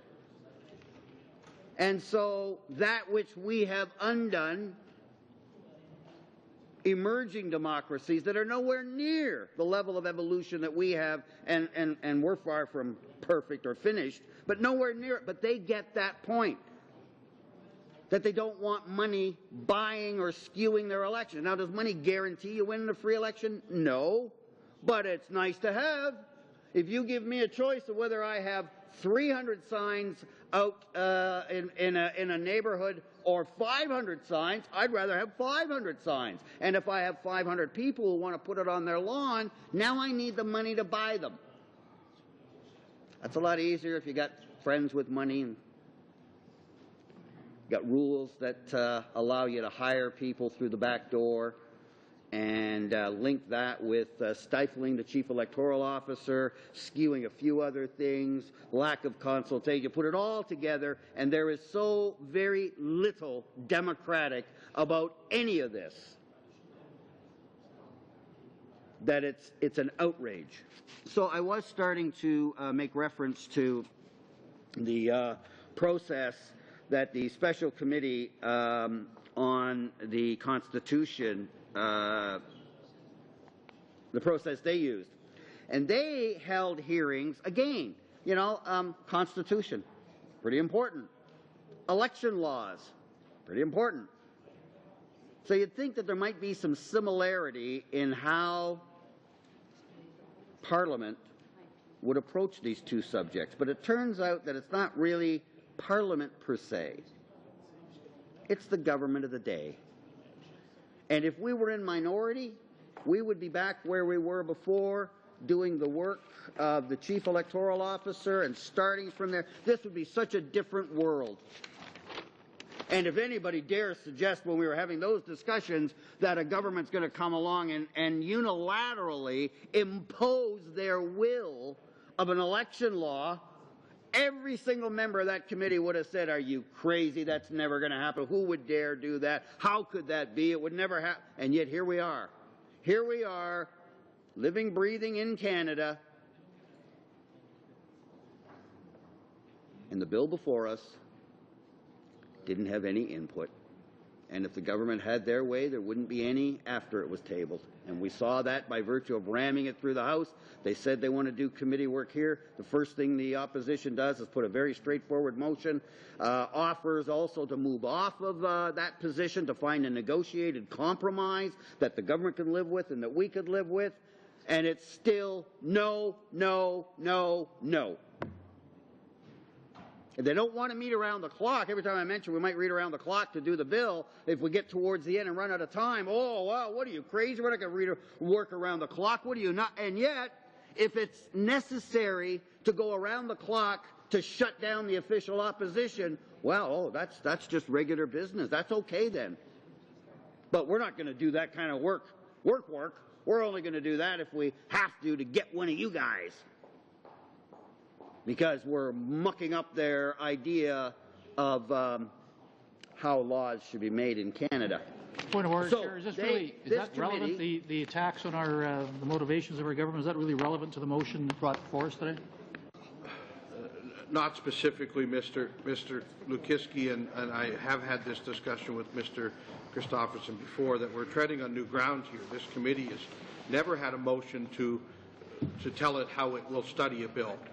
We've always done it through our own steering committee. So, say what you will, it's not been our method in how we would determine a study. It's always been this committee that sits here and discusses how we would study. I recognize there's a slight difference between the two, but we've just never done it by motion like this. No, and I don't. Thank you, Mr. Lukiski. You know, I appreciate the civics lesson, but I would also remind honourable members that we've never seen an election law rammed through and feeling the tyranny of the majority either. But I do appreciate you told me I'm on new ground making this motion. Does that help my relevancy argument? No?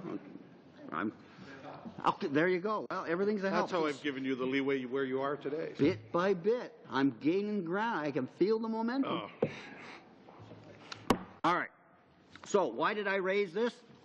Because it's directly related to my motion in terms of showing that, notwithstanding what you said, Chair, that it's not the usual way. And I have said that. I can't say it again because I've already said it. But I have said that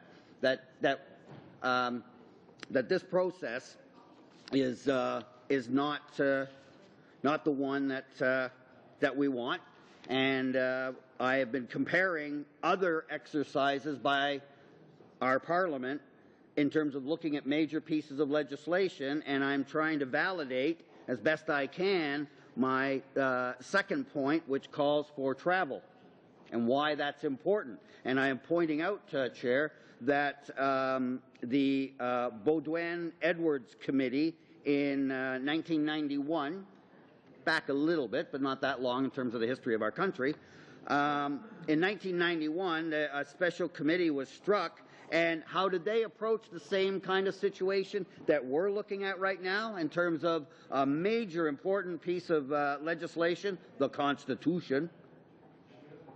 How would they go about that? And what did they do, Chair?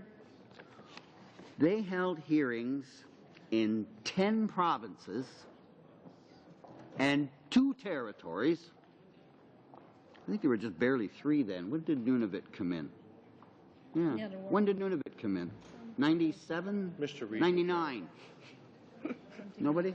Okay, Mr. something like Reid that. would know Anyway, the point is that they actually what they did, so by virtue of what we just said, they went everywhere.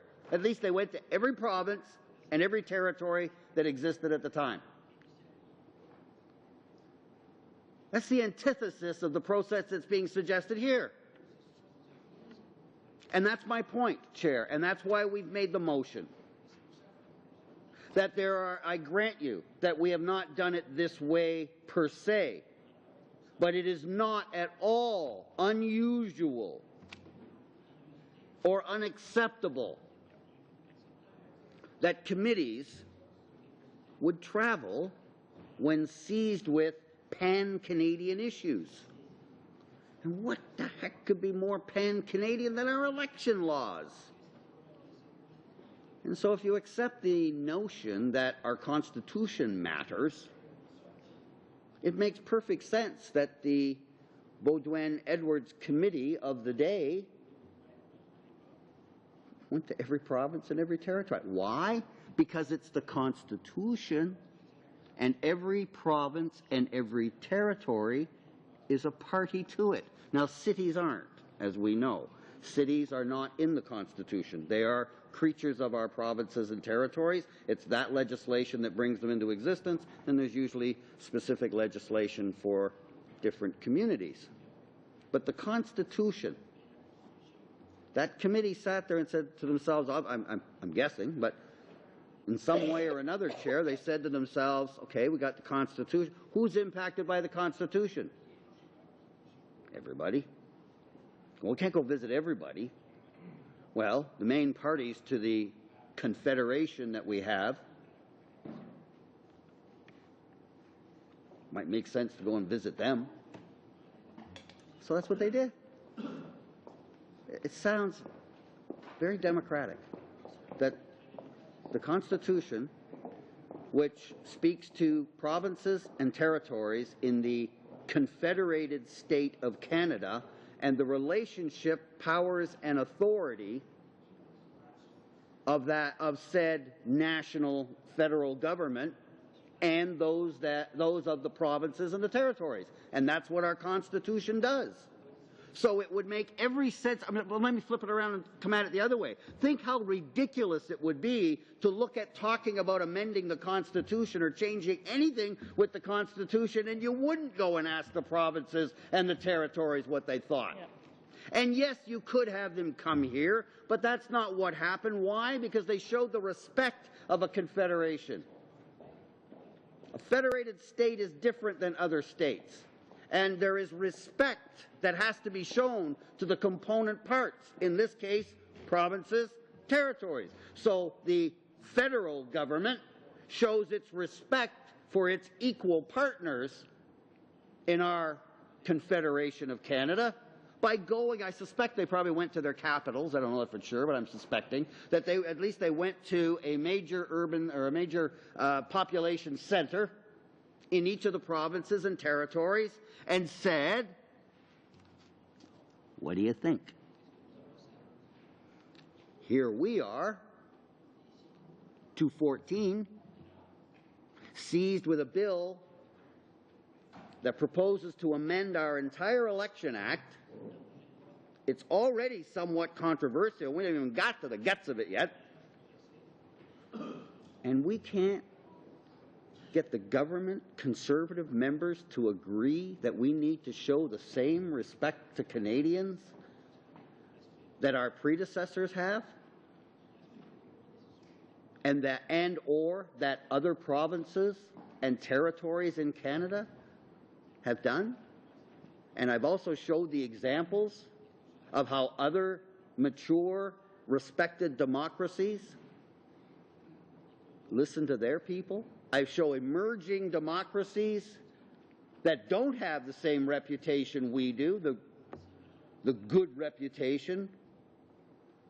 They went out and asked their people about their election laws. So when you look at it in its totality, everything that I've been talking about, Chair, and you take all of it together, one cannot, I don't care how, you cannot have a reasonable person look at this and say, the government's not being democratic.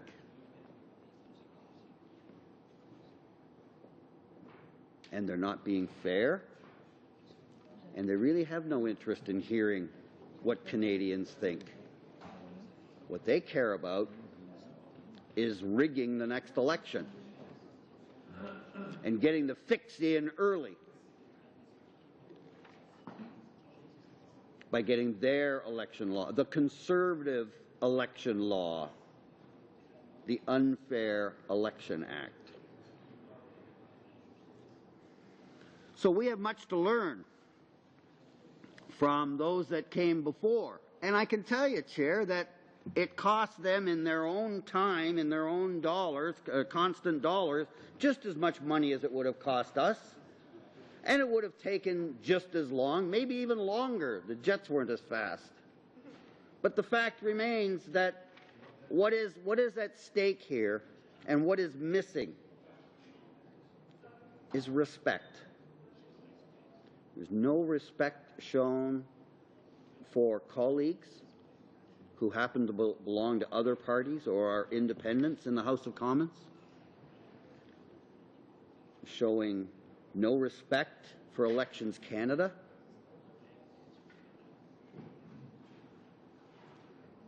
By not even asking them to be part of this process.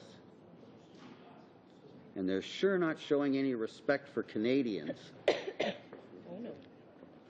and their right to be heard.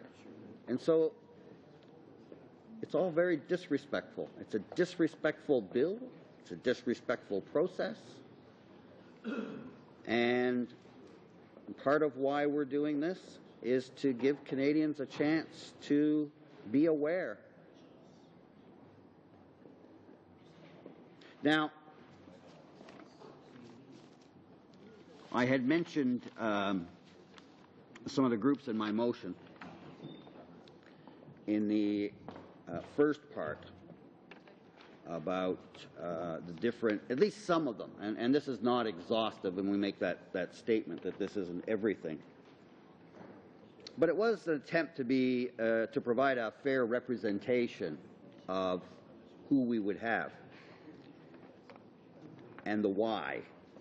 And I want to return to a subject mentioned here, but not something I've already said about it. But referring to my motion about youth groups,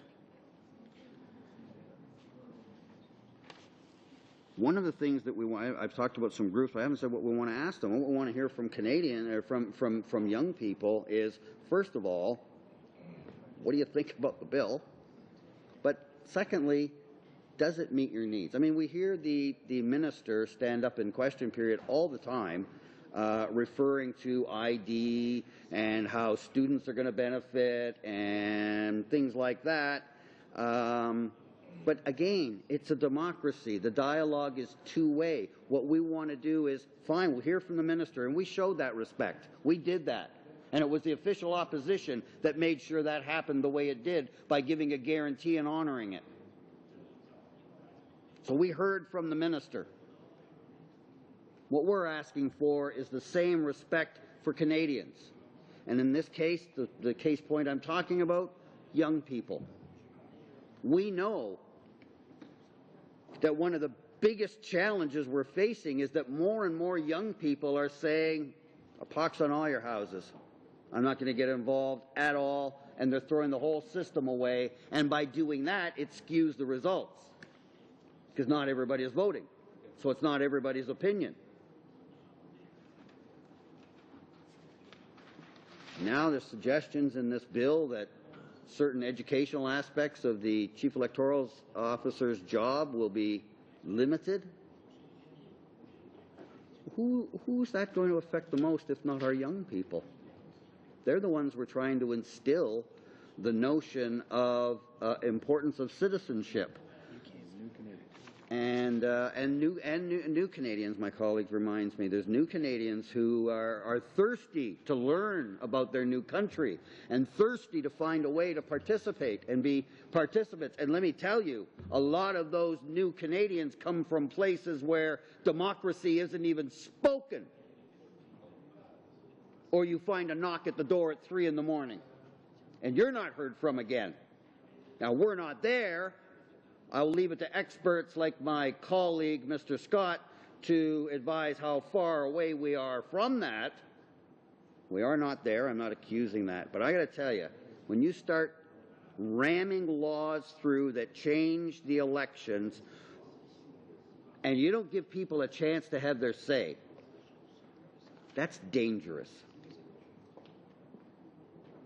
And so we want to give students and young people an opportunity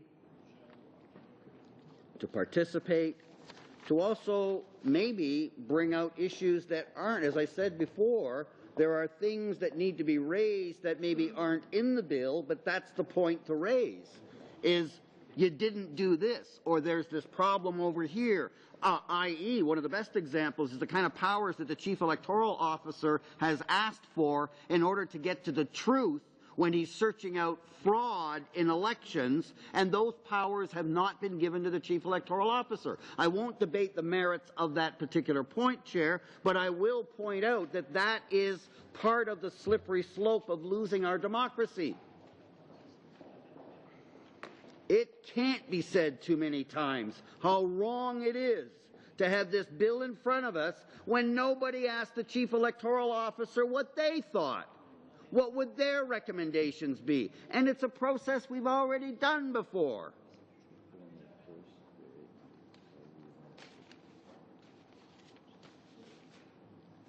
So we can bemoan the fact that young people aren't voting, and we do, and rightfully so. It's a real concern. But it's not going to change if we don't ask them. Because with a few exceptions, and my caucus has probably more than some of the others, but, you know, with few exceptions, we're not young people. And I don't speak for myself.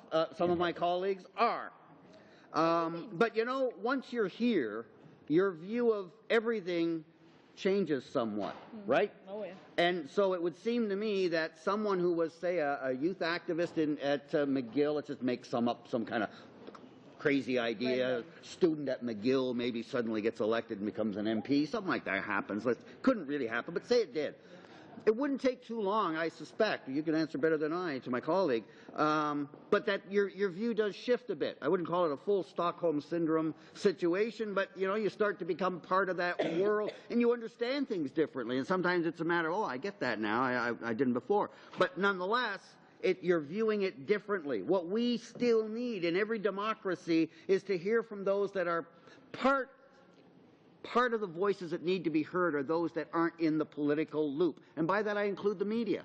And those of us that do politics every day, an honorable profession, should be, and listen to the young people and ask them. That's why our motion includes the young people and their advocates and new Canadians. Because we don't know everything. Maybe some who walk around believing that, but we don't. And even collectively, we don't know everything.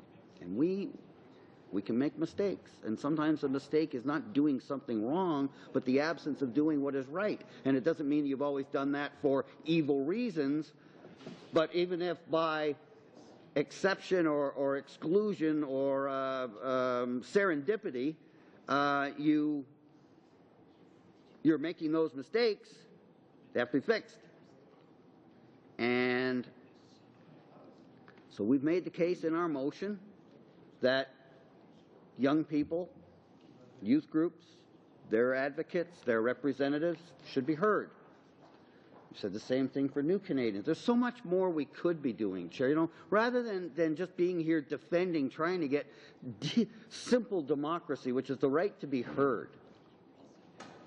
What we should be doing is looking at trying to make this bill and our election laws as good as they can be. We're nowhere near that. The government can stand up on their soapbox and say, we're bringing in these great laws, these are the improvements.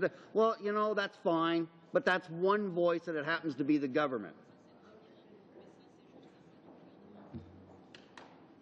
But they won't give anybody else a voice unless it's under their time frame, their constraints, their rules, rather than giving people a chance to be heard in the places where they live. And that's why our motion mentions so many different groups, disparate groups, because we need to hear from them. And what we ought to be doing is listening to them, commenting on proposals that are coming from the Chief Electoral Officer, that are coming from the collective experience of those of us that are here, as a starting point. We have such a democratic deficit on this process before we even get to the bill that it's shameful. I'll give the government this. They're consistently shameful when it comes to their denial of democratic rights to Canadians. And it's, you know, Chair, you mentioned to me that normally we don't have motions like this here at PROC. Each committee is master of its own destiny, so we all do things just a little bit differently. But I would say to you, Chair, that that's part of the reason why we are where we are, is because we were left with no choice but to do a little bit of color, not so much color outside the lines, but try to change where the lines are, to give everybody a say. At least an attempt. Because we can't go to every province and every territory. It's just not going to happen. but we could have worked out something. And it's a shame because we're rapidly losing any opportunity for that to happen. The government's digging in. We're digging in. People are starting to become aware, but not in enough numbers to move the government. Not at this point, anyway. So that's why we included in our motion as many representative groups as we could to at least start the notion, because it's not exhaustive, it's not exclusive, to start the notion that there are other people we need to hear from. Our motion gives an example of what some of those groups might be.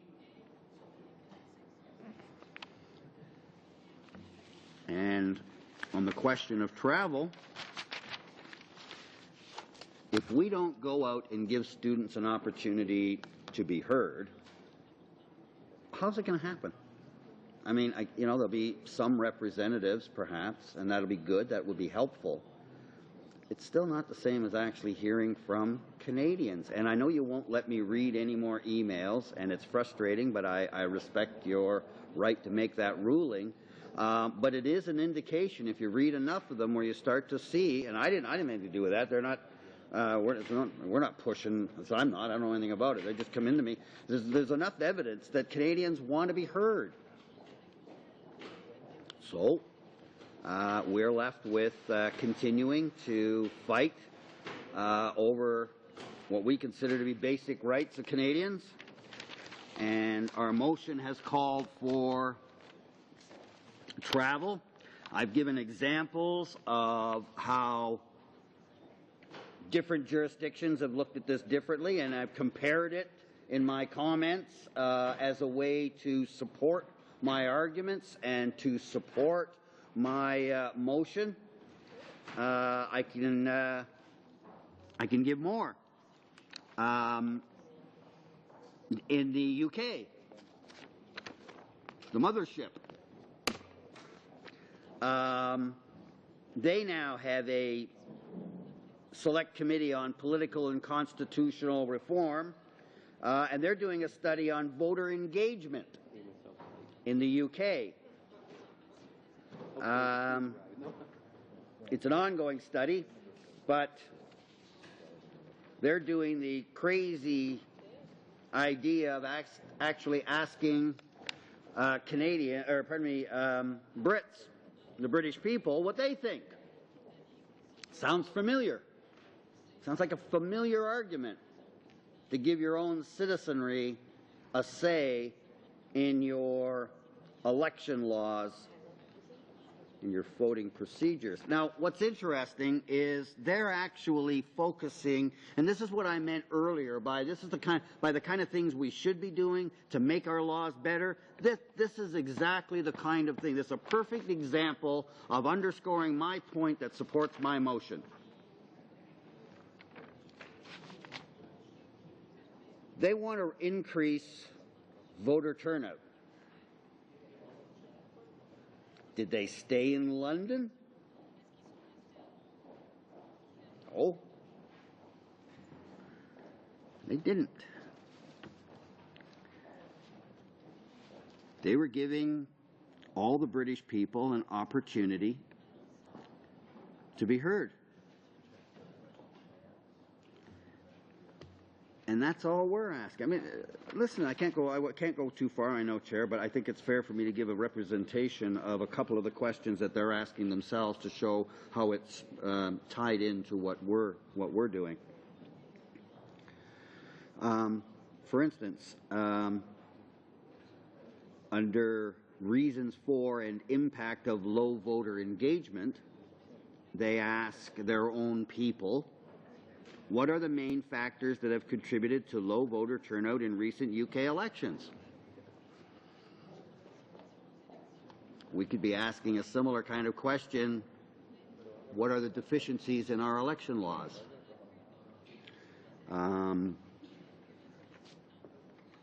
What socioeconomic factors affect registration and turnout, and what, if anything, can we learn from this about how to improve voter registration and turnout.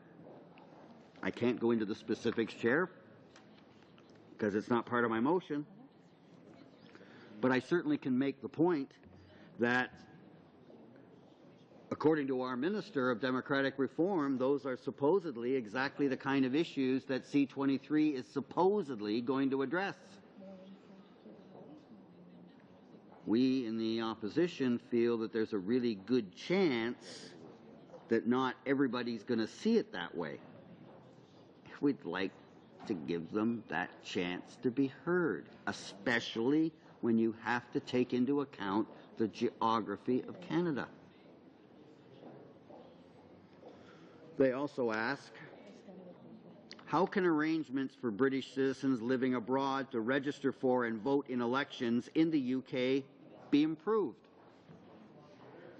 It's not earth-shattering, and I don't imagine that alone would generate too many headlines, but those are exactly the kind of sort of tombstone questions one would ask if you're going to be looking at changing your election laws. And so rather than all of us sitting here asking ourselves those same kind of questions and asking how can we get answers to those kind of questions because we want to improve these things, instead we're left with having to bring in a motion that, as the chair has pointed out, is a little bit different than we normally do, simply because we're trying to force the government to be more democratic than they're prepared to be in their own inclination.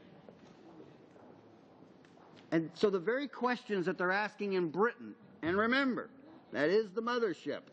That is where all these traditions start. And when you go to a Commonwealth meeting, you'll find that all kinds of questions about parliamentary procedure, almost all of them very quickly, will start with, what are they doing in Westminster? What are they doing in the UK? Because they've been doing it so long, hundreds and hundreds and hundreds of years. But we're not.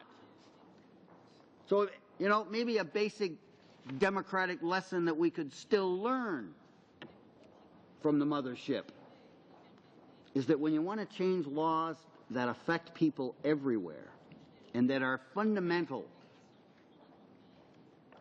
to your democracy, your very first starting point should be asking Canadians, or your own people, in a generic sense, your own people, what do you think?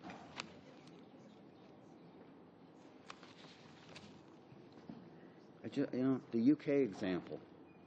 I mean, you could tell just from the procedure that they cared what their people thought. And so they put together a process that allowed their citizens to have their say. The UK, same thing. Canada, not so much. Don't forget Zimbabwe. Not so. Oh, in Zimbabwe. Zimbabwe. I don't think they're part of the Commonwealth. Are they part of the Commonwealth? No. Yeah. Are they? That way that we kicked them out. Yeah. I think it is. They're what? In or out right now? Where's Scott Reed? Yeah, where's Scott Reed when you need him? A resident. They should be, whether they've been kicked out or not. I don't know. Okay, but the point is that whether we're talking about emerging democracies or arguably one of the longest democracies on the planet, both have the same idea about how to address a fundamental question of how should our election laws work? What improvements should we make? At the very least, a government that got less than 40% of the vote but has 100% of the power should at least ask the people, what do you think of what we want to do? And it really is just we, the Conservatives, meaning them, because nobody else got a say. That's, I know I keep coming back to that. I'm not trying to be repetitive on the point, but it's legitimate to take a couple of basic points and come back to those and underscore them without expanding on them. And so I'm constantly coming back to the lack of democracy, the lack of input, the lack of caring what anybody thinks. That's not what's going on, folks. I do not know where Bill C-23 was written, but it was not written with the input of the opposition members or the chief electoral officer, and that alone should scare the dickens out of Canadians, that their election laws are being treated this way, and that by the time Canada Day comes, if the government has their way, the conservative election law, or rather the election law to elect conservatives, will already be in place. And the next time we'll be talking about this and being seized of it in any way is after the next election. And that's just fine with them. So, back to my point, back to my motion. From the most experienced to the newest, the richest to the poorest, democracies everywhere are showing what it is to be democratic and to give the appearance of being democratic. So, that takes me back to, I had talked about the referral of, I'm shifting gears, as I'm sure you've picked up, but I had mentioned earlier about the process of referring from first reading, and I used my own explanation, which is never as good as the Bible, and as everybody here knows, O'Brien and Bosk, House of Commons procedure and practice, this is the Bible. And Chair, I did mention earlier that the government has the option, if they wanted to push a reset button and get us back to first reading. We still could put this back on track. It really could be done. I don't imagine at this stage, have everything we've witnessed, the government is at all interested. But by unanimous consent, the House could return itself back. By unanimous consent, Point of you can order, do anything. Chair. Definitely repetition. We've talked about that several times before over the last few days. It is true. It is. What is also true is that I didn't read the actual reference to be accurate in making my point on my motion. I would challenge you, Mr. Christopherson, that I believe you did read something this morning. It probably wasn't out of the book, but it was a printing of it, I think. But I'm going to let you proceed. And before I tell you, I've already heard that. It's not that long, and I won't even try and do footnotes. Like, I'll just read what's here, Chair, and see where we are. So this is the explanation of the tool available to the House of Commons, that after a bill is read for the first time, rather than send it to second reading, where we then sort of lock into our political positions in large part, and then send it to committee, this allows the opportunity to send it to committee first, in the hope that the politics is still left outside the door, and that it will only re-enter after you've had a good, honest go-around without any politics. So, page 742, chapter 16, it's headed up reference to committee before second reading. Traditionally, adoption of the motion for second reading amounts to approval by the House of the principle of the bill. This effectively limits the scope of any amendments that may be made during committee study and at report stage. In order to provide more flexibility in the legislative process, the House amended its standing orders in 1994, instituting a new procedure that allows ministers to move that a government bill be referred to committee before second reading. This empowers members to examine the principle of a bill before second reading and enables them to propose amendments to alter its scope. The procedure also applies to bills passed on Ways and Means motions. When the order of the day is read for second reading of a government bill, a minister may, after notifying representatives of the opposition parties, propose a motion that the bill be forthwith referred to a committee before second reading. The standing orders are silent as to the manner in which the representatives of the opposition parties are to be notified. Well, you can get yourself in trouble on that one. But the current practice is for the government House leader to give such notice during the Thursday statement, although it is not uncommon for a minister to inform the House of the government's intention at the time of the introduction and first reading of the bill. The motion to refer forthwith the bill to a committee is not subject to amendment, and debate is limited to 5 hours. At the end of the 5 hours, or when no member rises to speak, the Speaker puts the question. If the motion is adopted, the bill is referred to a standing, special, or legislative committee for consideration.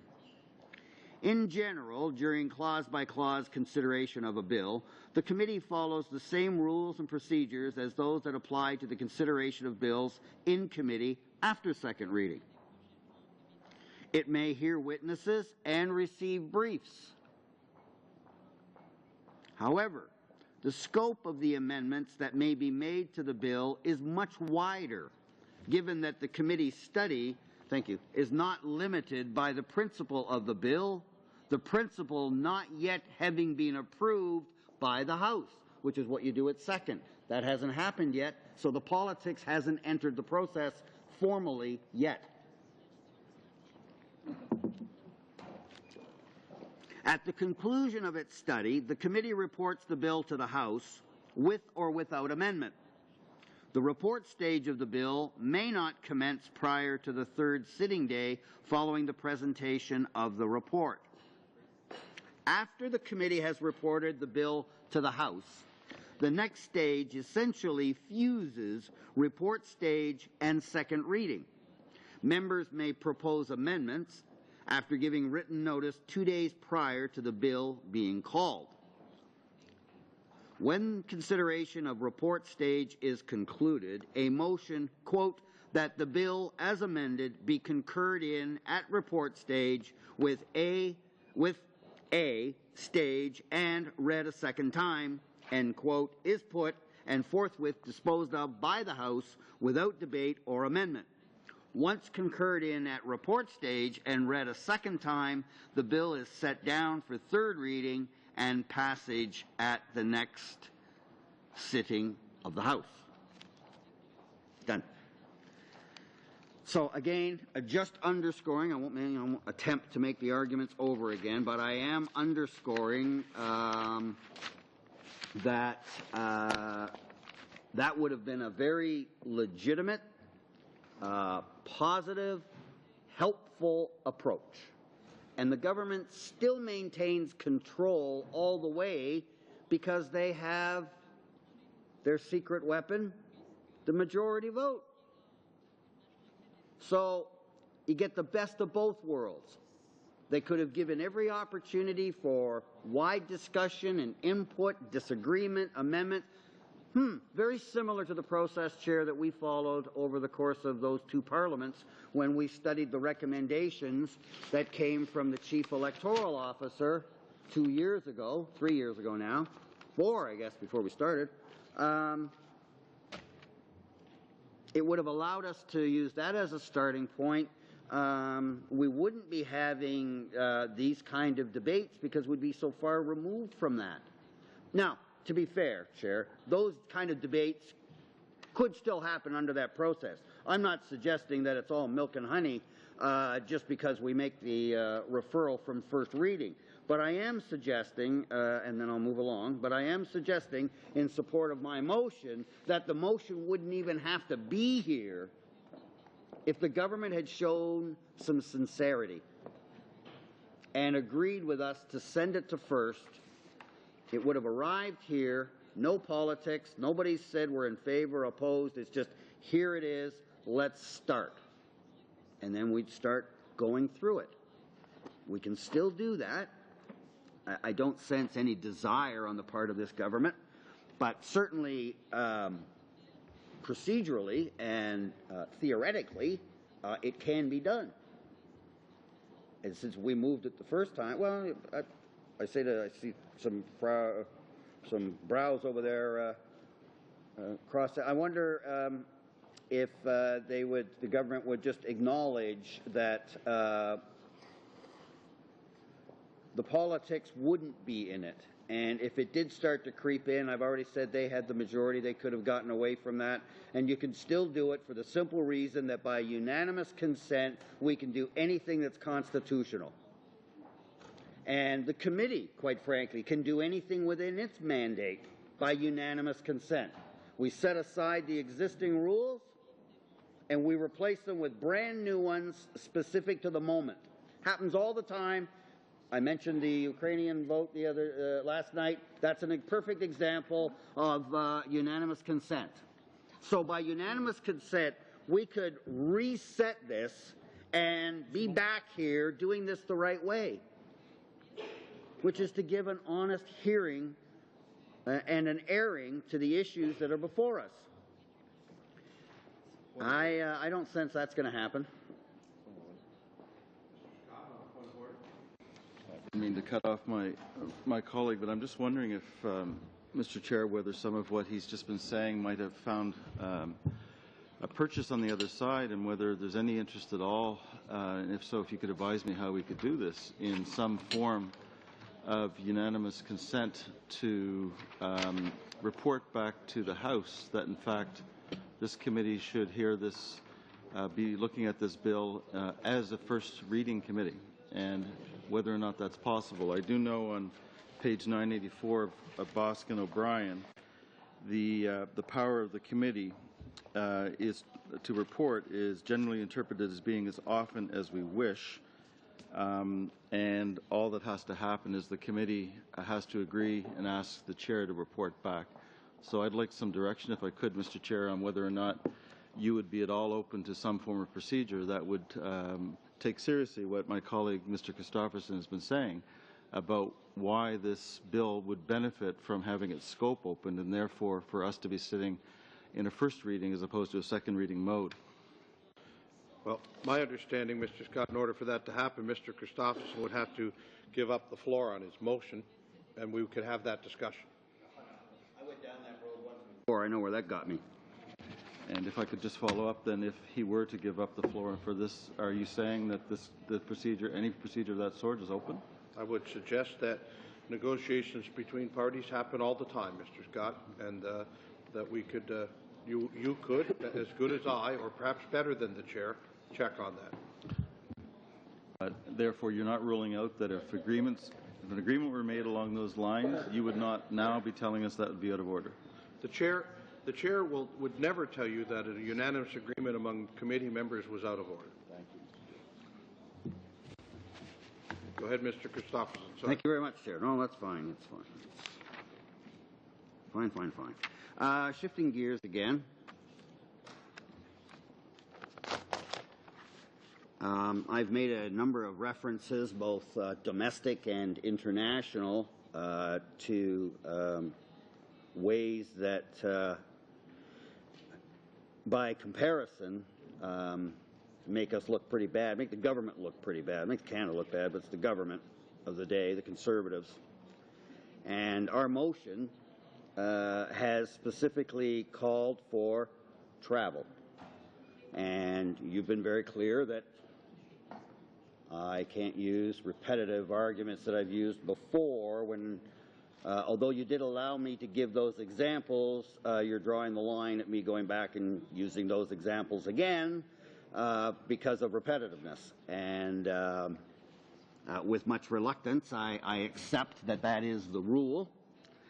However, I would like to add to the body of evidence that I've already presented by also giving new examples, new to this debate, and from the time I've had the floor. And the first example that I'd like to give is the second sitting of the 36th Parliament, Aboriginal Affairs. They did a study of Bill C-9, and they had 10 meetings from November 15th, 1999 to November 19th, 1999. They must have been working hard, 10 meetings, 4 days. It's pretty good. But my point is that they traveled to 1, 2, 3, 4, 5 cities. 5 cities. Terrace, Smithers, Prince George, Victoria, and Vancouver. I was on that trip. Ah, Mr. Martin advises me he was on that trip, so... The First Nations Governance Act. There you go. 52 days at committee. There we go, a governance act, 52 days at committee. So again, all kinds of examples. That's why I'm taking the time to do it, because it supports my motion as to why it's appropriate that we would travel, and continuing to give examples of where committees have traveled and how that's benefited the committee and the people who had an opportunity to come forward. So very, very fortunate that Mr. Martin just sat in beside me now and actually was at that session and can speak and attest to the importance of giving Canadians their say. We also had a special committee on the non-medical use of drugs. It was a study of Bill C-344. They held 20 meetings. 20. December 3rd, 2001 to December 6th, 2001. February 18th, 2002 to February 21st, 2002.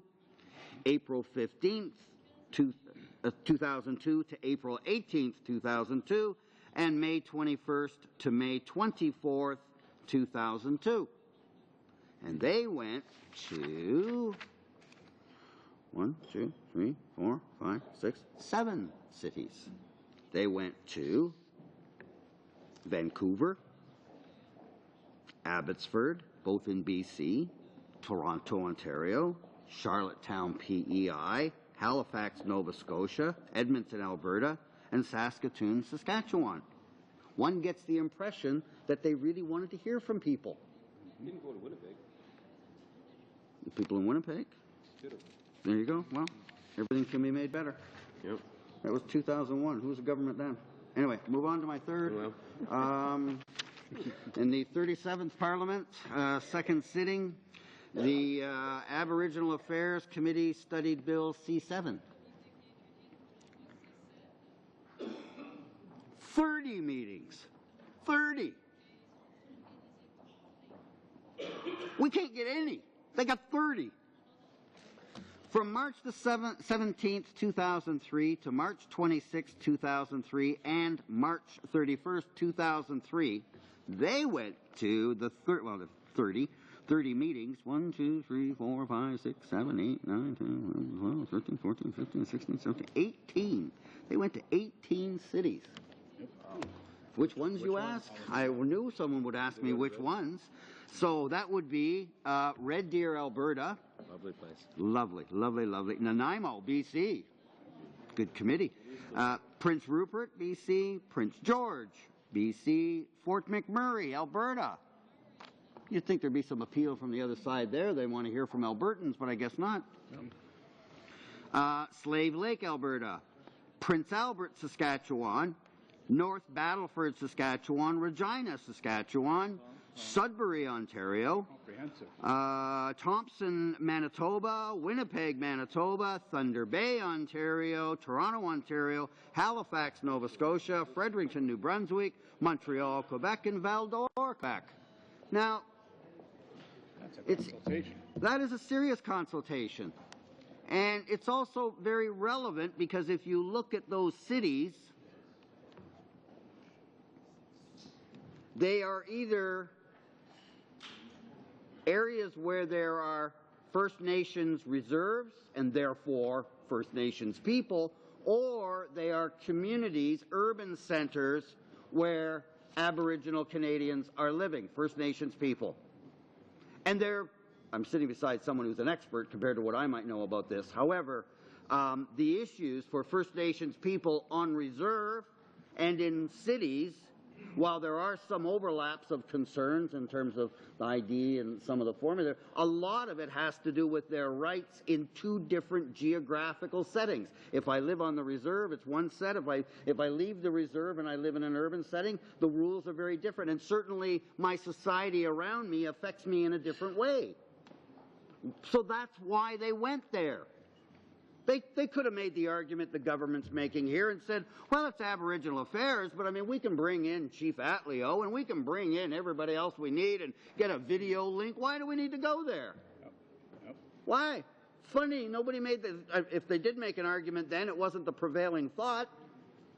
The majority of them said, no, are you crazy? We got a bill here about Aboriginal affairs. Makes all the sense in the world that we better go out and talk to the Canadians that this affects. Respect. And that's what they did. My colleague says respect, and I said that word earlier, and that's what's missing. That committee showed the Canadians that they visited respect. And the government right now is not showing any respect. Am I done, you ask? No, there are more examples. And all need to be mentioned to support my motion that go on to explain and hopefully convince my colleagues about why there are times when it is good for democracy for committees to travel. This is one of them. This is one of them. Another one was in 2003, Citizenship and Immigration, again, studying Bill C-18. And they held 29 meetings. And they visited 1, 2, 3, 4, 5, 6, 7, 8, 9, 10, 11, a dozen cities. That's democracy. That's real democracy. Yes. That is democracy. And where did they go, you ask? I'm glad you asked. They went to Toronto, Ontario, Halifax, Nova Scotia, Winnipeg, Manitoba. There you go, Kevin. They went there. They saw the light. St. John's, Newfoundland and Labrador. Regina, Saskatchewan. Charlottetown, PEI. Edmonton, Alberta. Fredericton, New Brunswick. Quebec, Victoria, BC. Quebec, the province. Quebec City in Quebec. And Vancouver, BC. And Montreal. It's very thorough. Very thorough, a good representation of the city, of the country. And again, I said, you know, we get wheels within wheels. It's one thing to say, well, we got to go out and we got to listen to Canadians. But if you went to just one province, that's not going to cut it. So there's the whole politics of where you go so that Canadians across the country feel that you've been fair-minded. They know you're not going to come to every community in the country. They get that. But they do think that a fair representation, a cross-section of Canadian life, Canadian living, Canadian perspectives is important and shows respect. Respect. Outside the bubble, too. There's no respect here.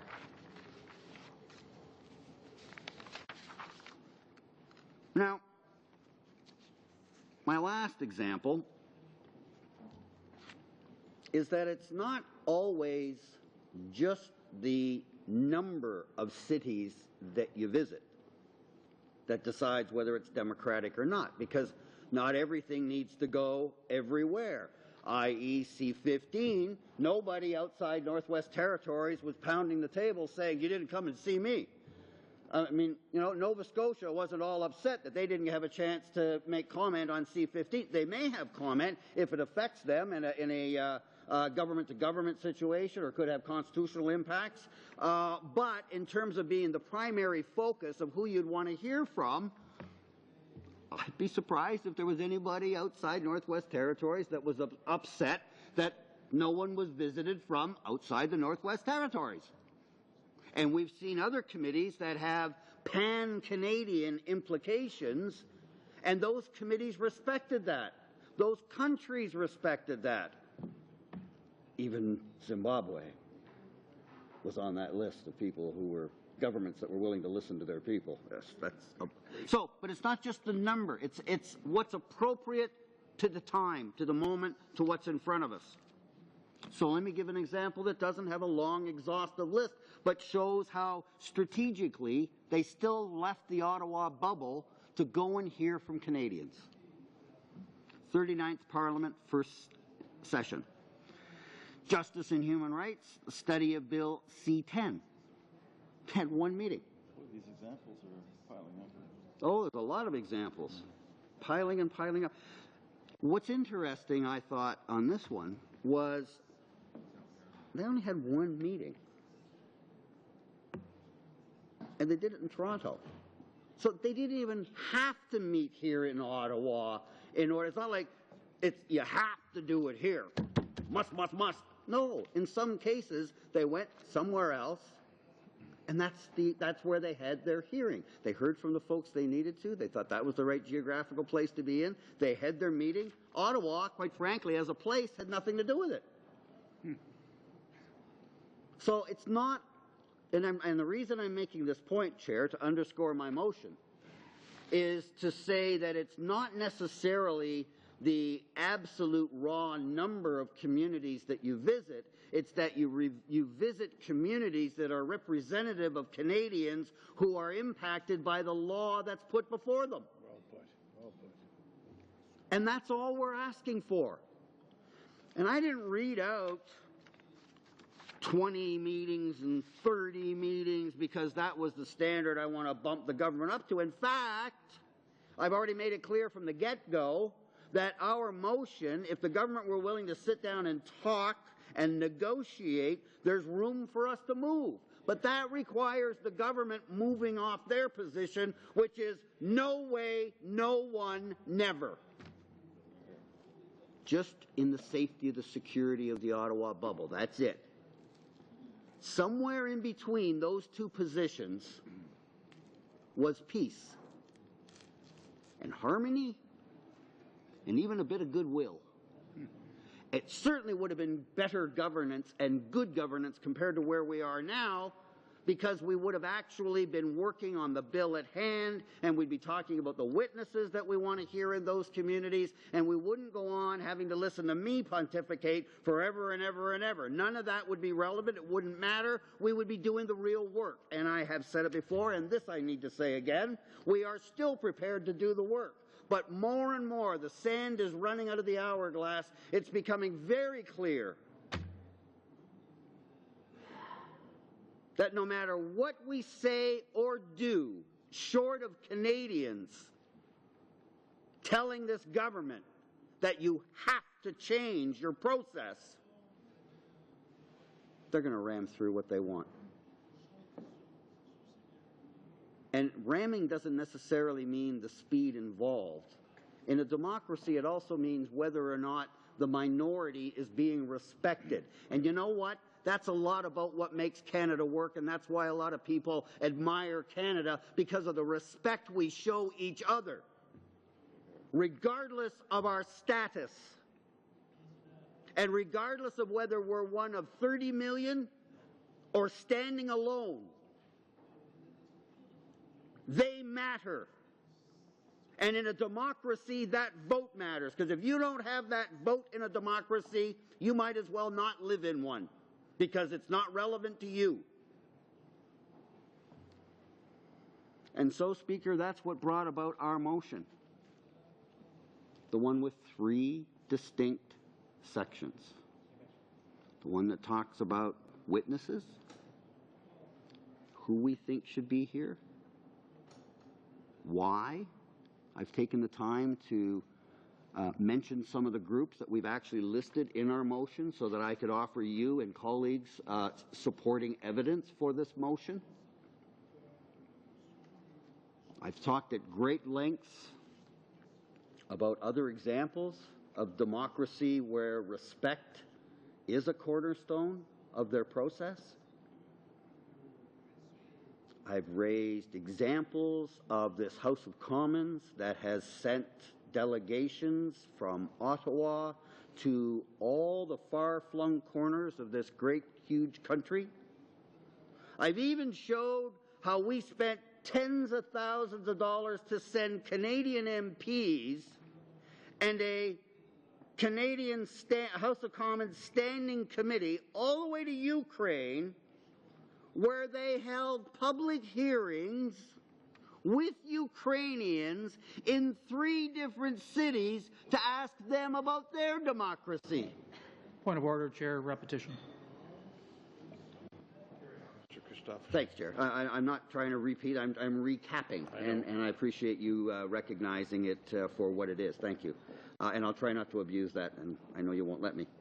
I have tried to show that this is not political grandstanding. I've made it clear that my leader, who's sitting beside me here now, but I've said this before, made it clear that he's not interested in grandstanding, that this is too important, and that the motion, yes, will include a tentative start date for clause by clause. I haven't yet talked about the third point yet today.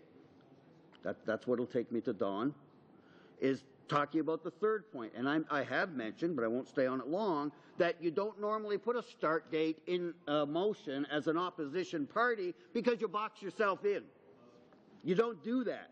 But given the direction that we received from our leader, it was to go in because this was meant to be, actually it was meant to be a motion that we hoped that we could get adopted, and if not adopted, we would come to some kind of a compromise and get through the process and move on. And my leader was insistent that this would not be an embarrassing piece of grandstanding that wouldn't stand the scrutiny that will come when we put it before people. And that's why I have referred back to this over and over. I have said over and over, we are open to discussions. We still are open to discussions and negotiations to find a way through this so we can stop focusing on process and start focusing on the law and start focusing on hearing from Canadians who are affected by this law.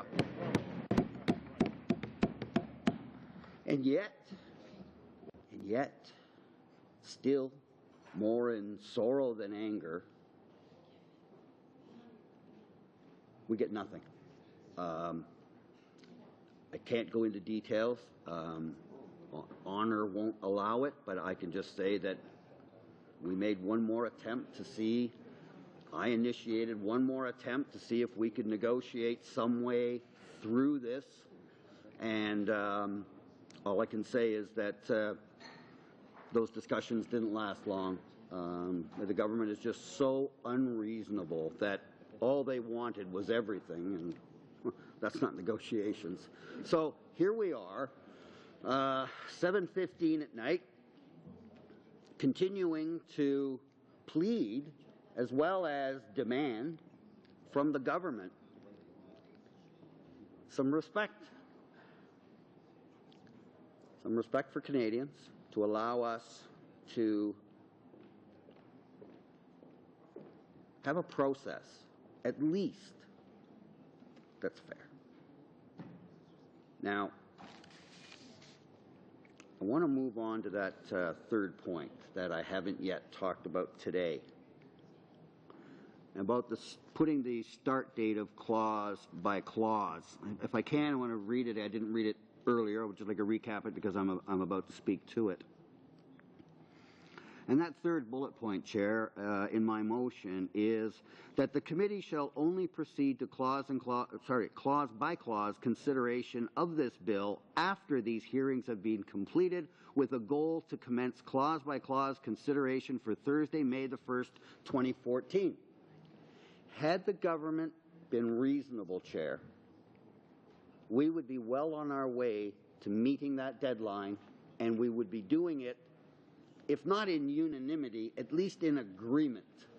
At least a process that we could live with, the government could live with, the third party, that everybody who's a party to this could feel is fair. And so, I don't know what's going to happen on May the 1st.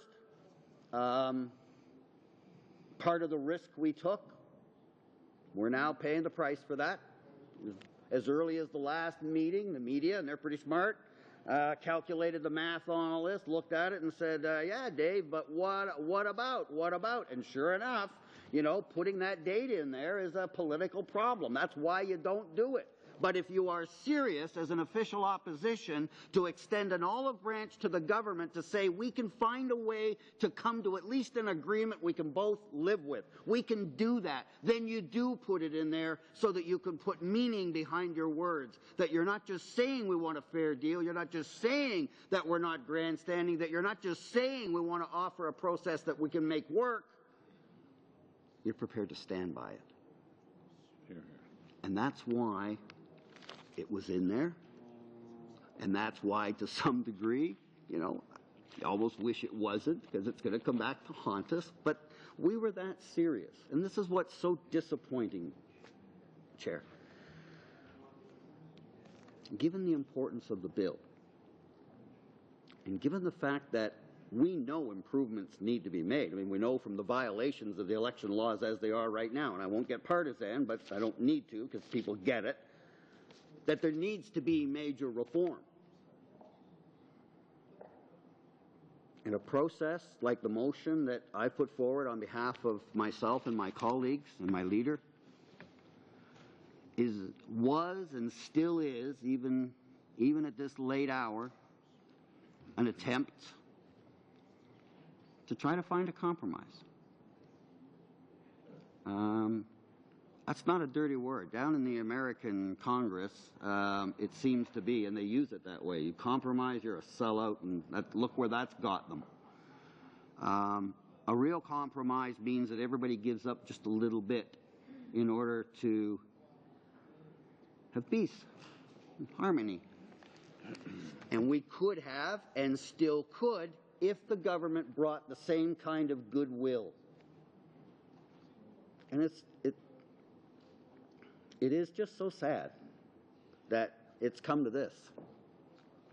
That with all the problems we've had with the election laws and all the concerns there have been with things that have happened in the last election and the crying need for reform, that cry being led by our chief electoral officer as far back as 2010 when he brought this forward, and we spent, 2 years of Canadians' time and money to study this, for what? For what?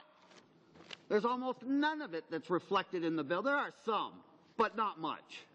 And certainly not the key things. So, hope springs eternal. I have said that a few times. There is still time. My sense is that without a dramatic change in approach from the government, we're not going to get there easily.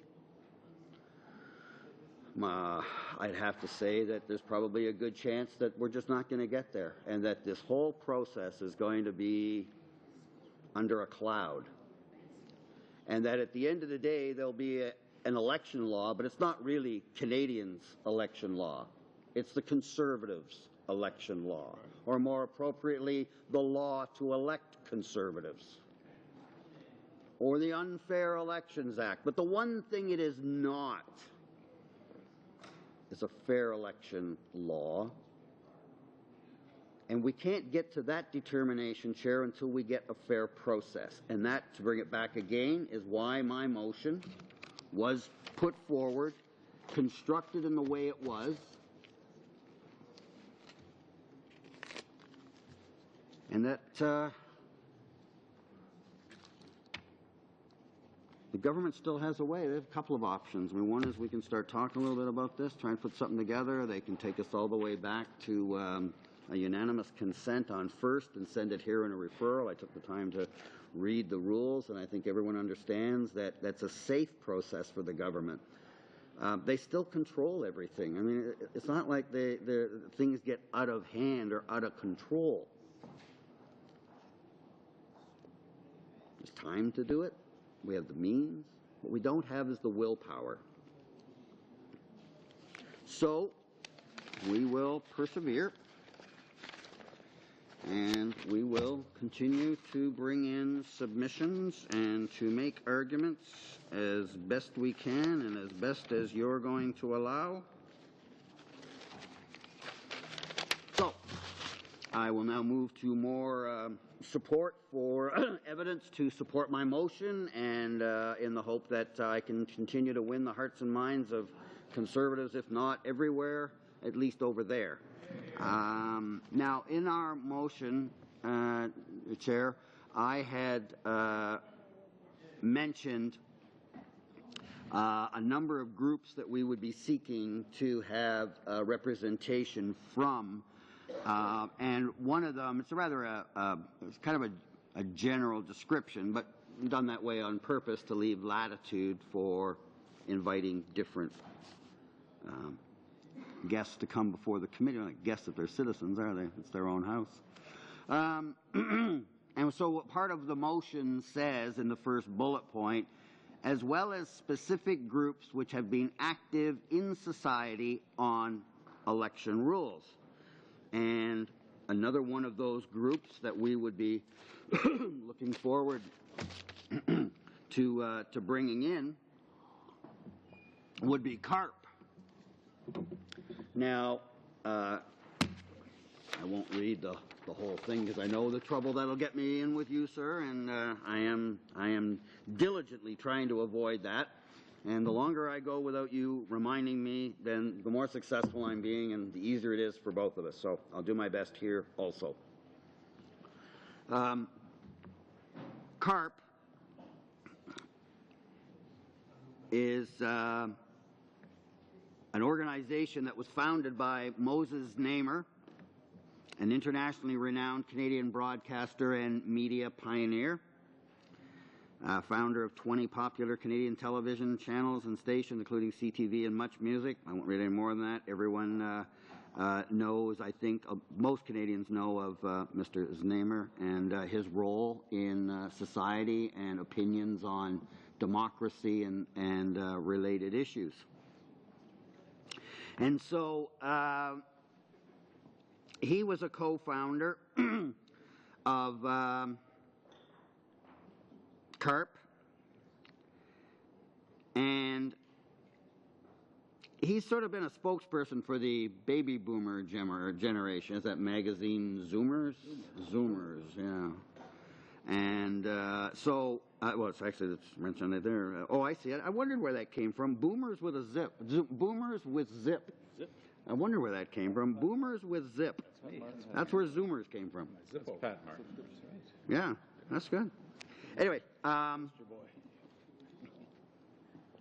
reason that CARP would like to comment is because they have been active in society.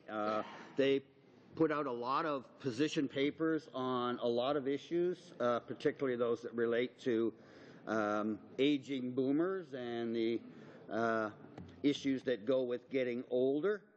But they also make very serious comment on important pieces of legislation, and someone will correct me if I'm wrong. I'm going to go out on a bit of a limb here, but I believe that they are very supportive of the increasing the CPP. They aren't, they should be, but I'll go out on a limb and suggest that they probably are. But I know they're in support of ensuring that people are able to retire in dignity. I know they have concerns about the current retirement situation where fewer and fewer people have defined benefits and are having to rely on the stock market more. And so in relation to my motion, what they would be talking about would be our election laws and probably begin to talk about how it affects people of a certain age, if you will.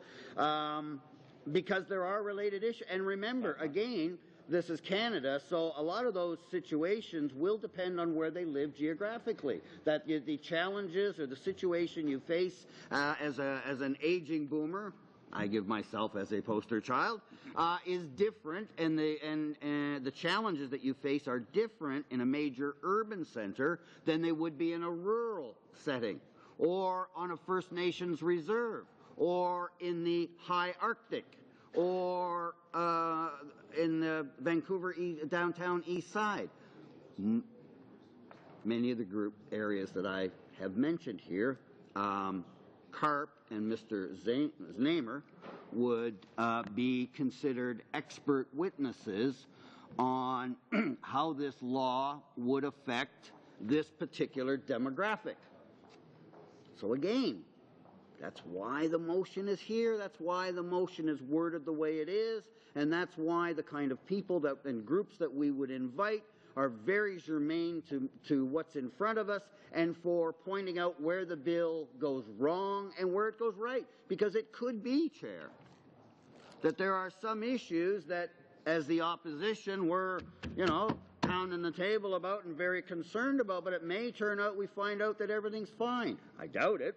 But it could happen. But we won't really know until we get to these hearings. Now, not only that, there may be some things that we think is just fine as politicians. But we get a chance to hear from other representatives, Point of order, Mr. Chair. experts in the field. And nothing about David's dissertation. I was wondering if our colleague, Mr. Julian, was attempting to take photos or video here of these proceedings. did see that, and we're on our way to tell him when he recognized he was in fault. So we will consider him admonished and move on. You can admonish him longer. Oh. Yeah, he's willing to make that sacrifice, Chair. Just take a half hour. Really let him know how wrong that was. Well, Yeah.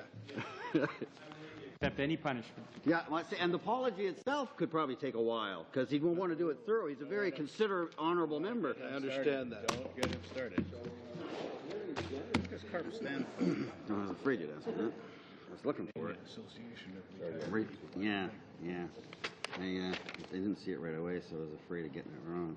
But my point in raising that, Chair, in relation to my motion, is to again point out that not all of the knowledge of Canada resides here at PROC, notwithstanding the government's belief that they have nothing to hear from anybody outside of the safety security bubble of Ottawa. We beg to differ. We have begged to differ for many hours, and we continue to differ. And we will continue to give examples of groups that we want to bring in and explain why their point of view matters and why it's important for us to not just hear from these representatives here in Ottawa, but in some cases to give them or the folks that they represent an opportunity to make their case where they live. And that's our motion. 3 components to the motion. The first one is witnesses, who, and I've been providing, why. The second is about travel, and I've talked a fair bit about that. Not done yet, but I have talked quite a bit about that. And the last one, I don't talk as much, but it is relevant, and it's there for an important reason. The May 1st start, it's a goal. It wasn't an end date. It's still achievable. It's still very, very achievable, especially, Chair, given the fact that this committee is a master of its own destiny, and that this committee can meet whatever hours, days it chooses. So we still have plenty of time to do the right thing. We have the means to do the right thing. What we do not have is the political will on the part of the government conservatives to do the right thing. And so we continue to insist as best we can that this government needs to let go of its ironclad grip on this process and recognize that others are entitled to have their say, and not just here in the safety security of Ottawa. Now, Chair, we'd mentioned some places in our motion. For instance, we took a generic descriptor like Atlantic Canada rather than being provincial specific to that. And that was on purpose. As you know, oftentimes an opposition party in particular will mention as many places as they can because it's good politics. It rings good. People like seeing their place mentioned there. But we deliberately made it more very general in terms of the areas and regions of Canada we wanted to go to. And I just wanted to mention some of the places that the other committees have been to would be ideal for us to visit. Absolutely ideal. I've already mentioned earlier, I talked about Iqaluit and about how that would be a good place for us and how easy it is to get there, and that there's fine accommodations there, and that there's lots of security so the government doesn't need to be worried about being, I don't know, attacked by Canadians. I don't know who they're afraid of. Probably a bigger chance of getting attacked by bears than they do Canadians up there, but whatever, lots of security, everything be nice and safe. They don't need to worry about a thing. Somebody will hold their hand all the way from the hotel to the committee room, make sure nobody gets hurt by those Canadians who might have a sign that says, Stop Harper. Stop Harper, yeah. Now, I mention that lead-in, Chair, because I'd like to give an example of, for instance, the first place that we mention is Atlantic Canada. And I've already made reference to the north, and I did talk about the difference between sort of northern Ontario and northern Canada, which are very, very different. But in this case, what I'd like to do is to point to the Atlantic provinces, and what I have in front of me, Chair, is certainly a reference to Charlottetown. Now, Charlottetown has a population of 34,000, at least the up to the date I have here, whatever that would be. But the population 2011 was 34,562. Their kilometers, the square kilometers, are 44 square kilometers with 34, almost 35, let's call it 35,000 people. Now, why would we go there? Why would we go there would be the question one might ask. And we would answer, first of all, it's Canada. It's Atlantic Canada. It's a well-known city. I don't have the flight times for that one like I did for Iqaluit, but I know it's pretty easy to get there. I'm 100% certain that there's lots of security, so the government doesn't need to worry about being frightened by their own citizens. Signs? Well, signs are scary, you know. It's, so you know, we need to understand their sensitivities, and but I think Charlottetown would provide a great opportunity, and quite frankly, so would Summerside. Summerside has about 14,751 people, according to 2011. A lot less area. It's a beautiful, beautiful city. Both of them are, if anybody's ever been there. But there's another place, Chair, that I can virtually guarantee that all members would be safe. They would find the accommodations quite comfortable, and they would be hearing from Atlantic Canadians about what they think about the bill. Just like they did in the countries I've mentioned, just like they did in the provinces I've mentioned, and just like this House of Commons has done over and over. We could go to those two cities and we could have very good meetings, or we could go to either one. And I see you nodding, thinking, well, that'd be nice because it's a nice place. PEI is beautiful. These are wonderful places to go. So there's the added perk of not just going somewhere because you should go there, but you get to go somewhere that's beautiful to boot, and hanging around with beautiful people. Like, it's a win-win-win. I'm trying to think of other reasons to get them to want to do these things, because the other way didn't work. Anne of Green Gables. Anne of Green Gables, there you go, world-renowned. Chance for members to experience that, bring their daughters and kids back, little souvenirs, great. And so it's a great opportunity for the government to enjoy themselves on these hearings. And most importantly, they'd be giving Canadians the one thing that we have said since we started talking about this motion that is lacking in every part of this: respect.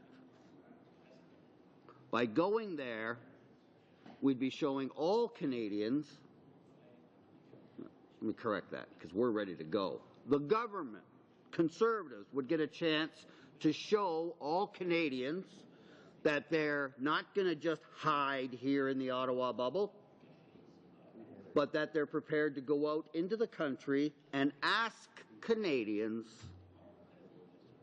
about their election law in the place where they live.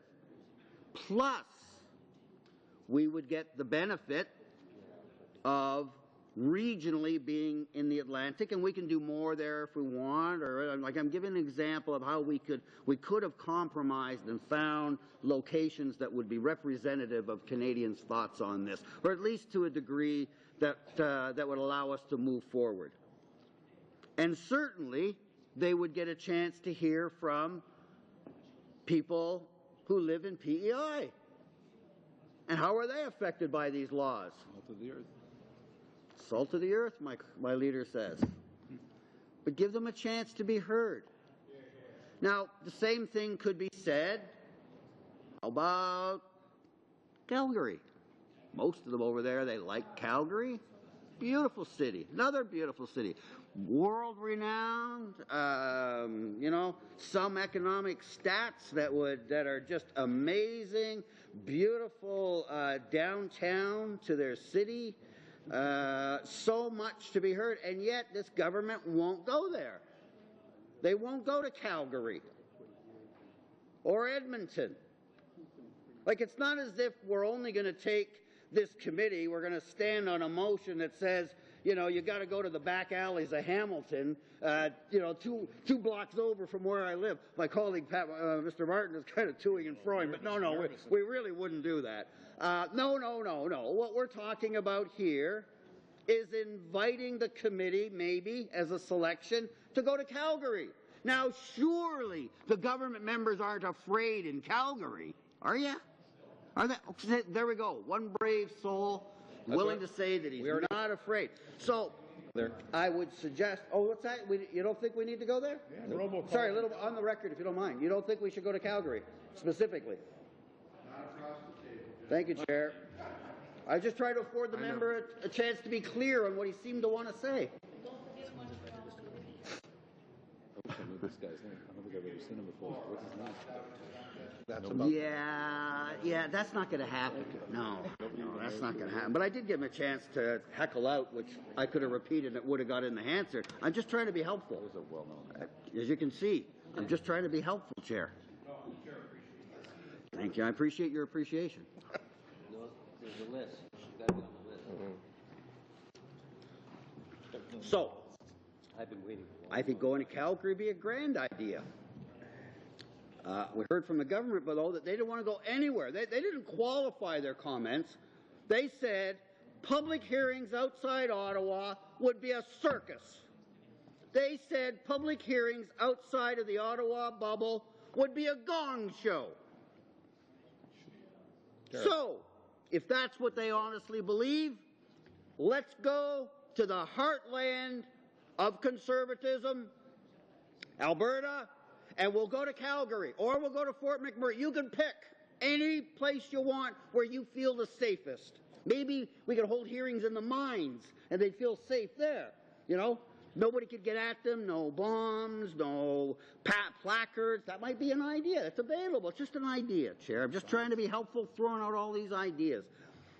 So we could go to Calgary. I'd love to go to Calgary.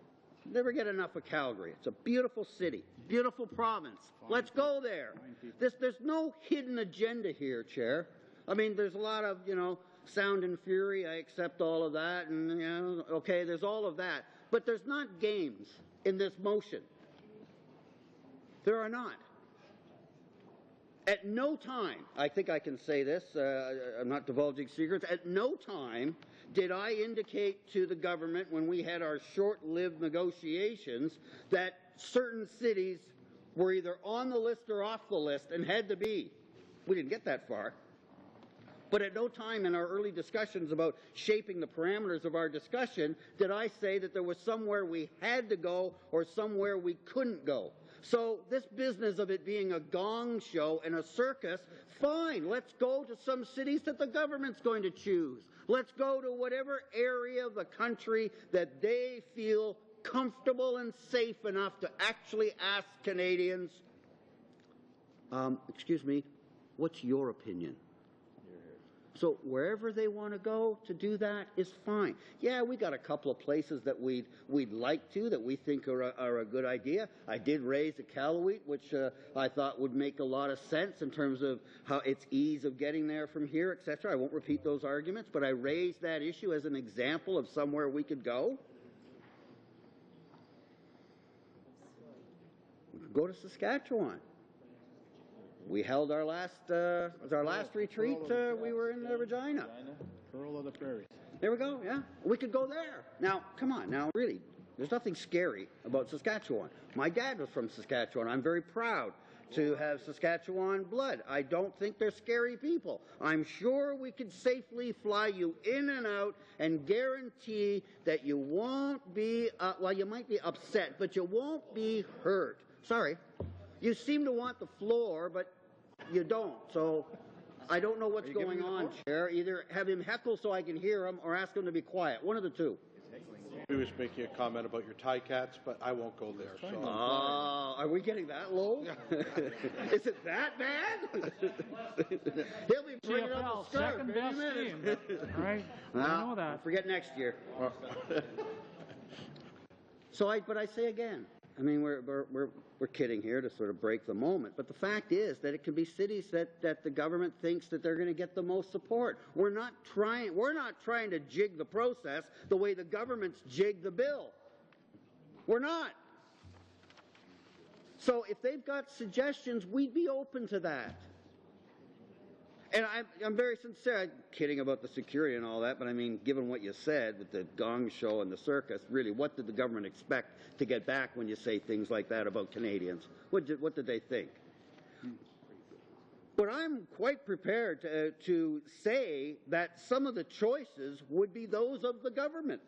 And they may be places that they want to go to because they believe that they'll get good testimony, they'll get good witnesses, and they'll get supportive witnesses. Fair enough. Fair enough. That's part of the process. We're willing. So why is it that we're willing as the opposition to accept that the government has the right to stake out some places we would go where they're likely to get support, but they're not willing to do the same thing in other parts of Canada where they don't have that same security? Although I have to wonder about any government that hides from its own people, because that's what's going on. Beginning of the end. And make no mistake, Chair, I'm not making this up. The government quotes are there. The reason they didn't want to do public hearings wasn't because they didn't think it was an important part of the process, wasn't because they didn't want to hear from Canadians, wasn't because they didn't want to go to certain parts of the country. All the things that they could have said about why they don't want to travel, that would at least have been a respectable comment they could have hid behind. No. Instead, they did what comes natural to them, which is to lash out and insult people. And so then we got the remarks about gong show, circuses. Shame. It is shameful. It's very shameful because that's part of the democratic process. It's called free speech. Free speech happens quite often outside the House of Commons, out on Parliament Hill, on the streets. People very peacefully come and they protest and they have concerns. And not once has that stopped us from being able to do our job. They respectfully do their protesting, and we respectfully go about doing our work, and hopefully if their cause is good and just, we will be affected by that, and it will ultimately affect the way that we make decisions. But this whole notion that we can't do public hearings in Calgary because it'll be a gong show? Really? What if they make that kind of statement at Calgary City Hall, that they can't trust their citizens to come out and behave in a civilized fashion, and that they would just participate in what the government wants to call a gong show? So I don't know who the genius was that came up with that as the response, but boy, that was not the one to give. But what it did do was give us an insight into the way the government views the very citizens that they govern. And that is with contempt, with a measure of fear.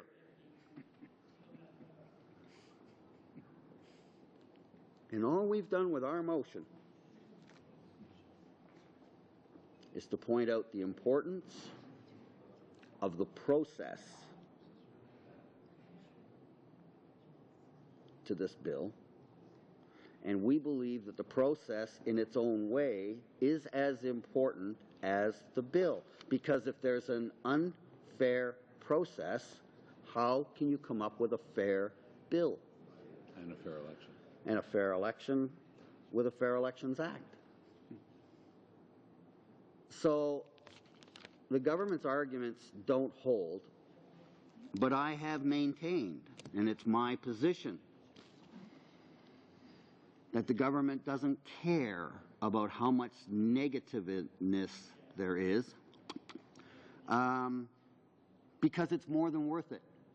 That whatever negative press and what negative hits they take now, it's worth it, because they're banking on Canadians forgetting and not thinking about this again until the election's in the bag. And then they'll worry about dealing with everything afterwards. And that's why they have no problem being so disrespectful. And that's why they sit there the way they do, looking everywhere except at themselves as to why we're here tonight. It's certainly not because I enjoy talking. I do, but even I don't like talking this long. And we all have, it's funny to see the people who speak for me laugh. But it's got us in a place now where you're a bit of a standoff. I'll continue to go as long as I can. But you know, it's not nearly as much fun as all of us working together and rolling up our sleeves and trying to come up with rules that are fair with everybody. Because I was part of that process, and that was fun. It really was. It was good work. It was hard work, and it wasn't perfect, but it was fulfilling, and we were doing something important. So we can get there. And yet, again, I won't dwell on this, Chair, but again, what is the most significant difference between then and now? Majority or minority? And when we were in minority, no one party, not the Liberals, not the NDP, not the Conservatives, not the Bloc, no one party could command and ram through a motion without at least one of the other parties being on side. It's better government. That changes the dynamics of committee work overwhelmingly. Now, did it slow things down a little? I guess, but would you call it a waste to say the amount of work that we did on the Chief Electoral Officer's report wasn't worth doing? I wouldn't make that statement. I'd be shocked. I'm ready to hear it if it's there, but I haven't heard anybody who participated say that that wasn't an excellent process, that we weren't doing good work, and that we were doing everything we could to be nonpartisan and working as just members of the House. And our motion is here because that's not where we are. It's where we should be, but that's not where we are. So over and over again, I keep coming back to my motion because that's what's in front of us, and I keep coming back to the three component parts, and they all fit together. The only thing that's missing is the respect and political will that we need from the government so that we can do this. They can declare all the victories they want, Chair, if we get there. No problem with that. What we want is to get down to work. But I can't go far on this right now, but make no mistake, we know the game plan, and the government's motion is going to be in front of us whenever they can manage to get it there. And let me tell you, somebody should start taking a look at that motion because it provides no details. It doesn't talk at all about what's going to be done. It just completely leaves it blank and talks about the end game. Now, that's about all I can say now and still say in order, but in terms of this process, that's where we're going.